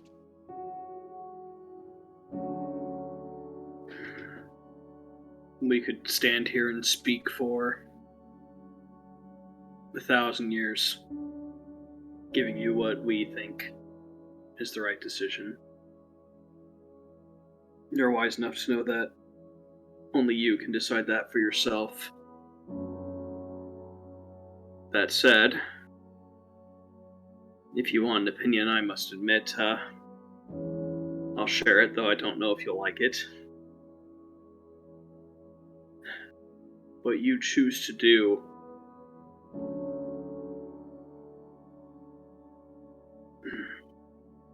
it's hard. It's complicated. Believe me.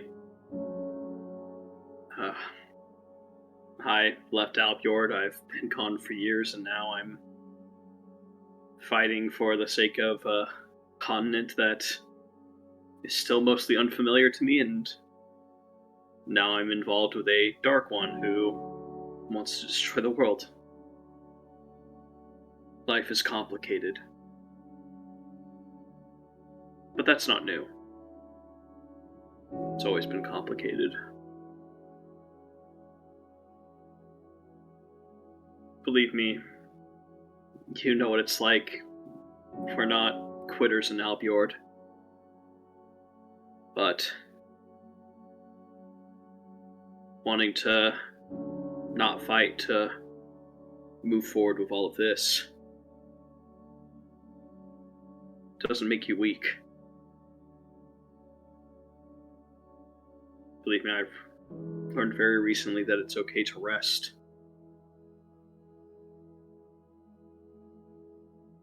If you feel the most good you can do is back home in Alpjord with your daughter taking care of our people, I'll wish you well and shake your hand and give you a hug when you go. If you choose to stay, I'll be equally happy to embrace you here. Sometimes we choose between good and bad, but sometimes I think we choose between better and best. And maybe sometimes there is no right answer, except the ones that we determine ourselves.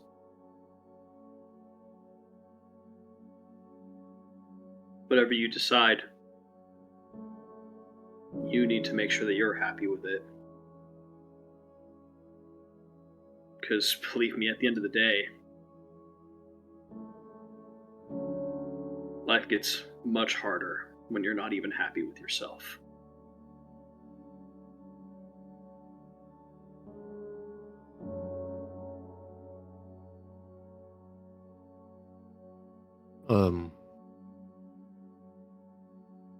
Oyvind, can you answer a question for me? Of course. Is this deal going to get your daughter to safety?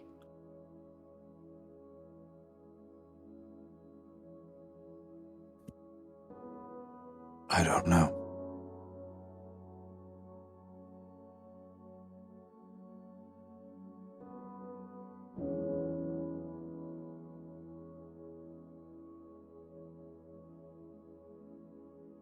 I don't know if she needs my saving.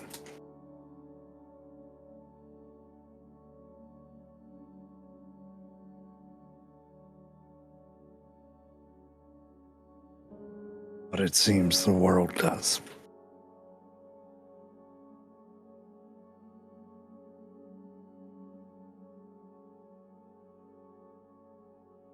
I think that, and I'm not the smartest person, should you take the deal, go back and rest. And all of the things that's happened to us recently that continue to happen, I feel like they're just going to follow you back home eventually.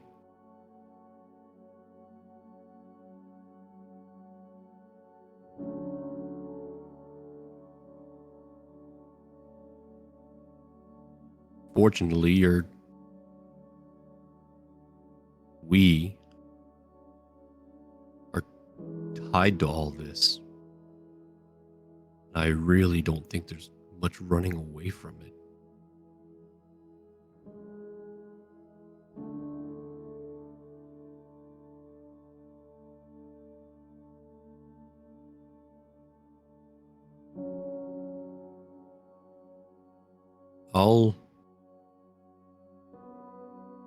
I'll respect any decision that you make. And if you do choose to leave,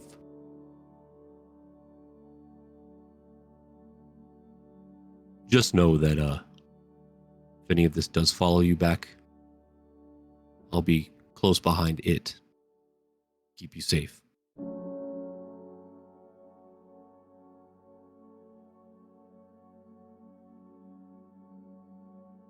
But if you do leave,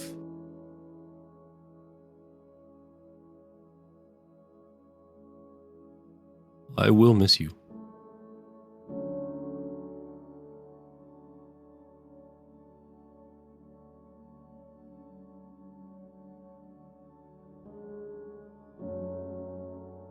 Very well. That decides it for me. Thank you.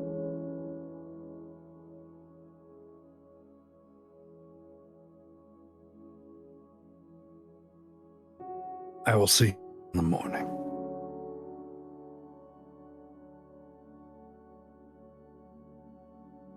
Rest well. You the same. Okay. With that, Oyvind, you leave the two of them, head back to your tent.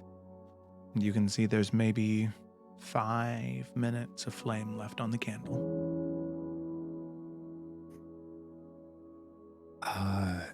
He will stand. Okay. He will pull the sword out that he recently purchased for his daughter. And he will stab it into the ground in front of him.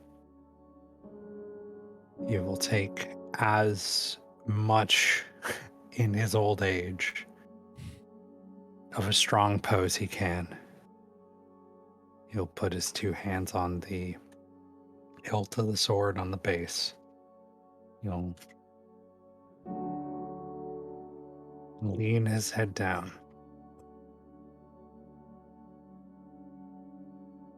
And he will finish whatever oath he needs to stay, to fight. Okay. All it takes is that. The gesture. As you stand strong and tall, you feel a strength to you.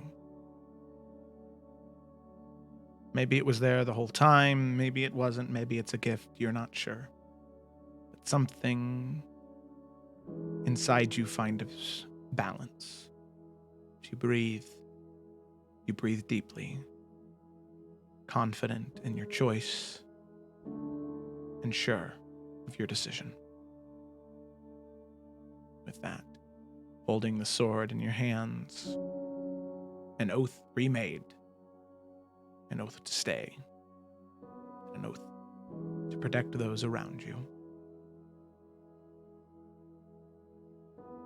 You feel good. You're nervous, but you feel good. As with that, the rest of the watches go as planned. All of you gather your supplies together in the morning. without saying much, you do notice that there is something maybe just a little different about Oyvind. Maybe he just didn't sleep wrong on his back last night, or maybe it's something else. But there's no time to waste. Who knows when Din and Bainir and whoever will be here to ambush you, you need to get as close to the Bloody One's home as you can. So, you head out from your camp, and you head back into the mesa as the sun is rising, the dawn cresting over the dunes, ready for whatever comes next. And that is where we're going to go ahead and end tonight's session.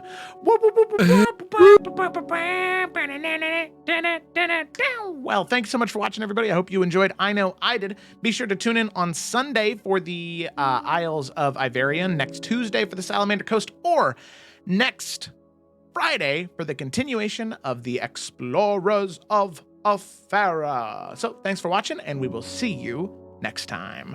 That's the wrong screen. Oh, that's still the wrong screen. Oh, Jesus. Okay, this is what I'm looking for. Okay, bye.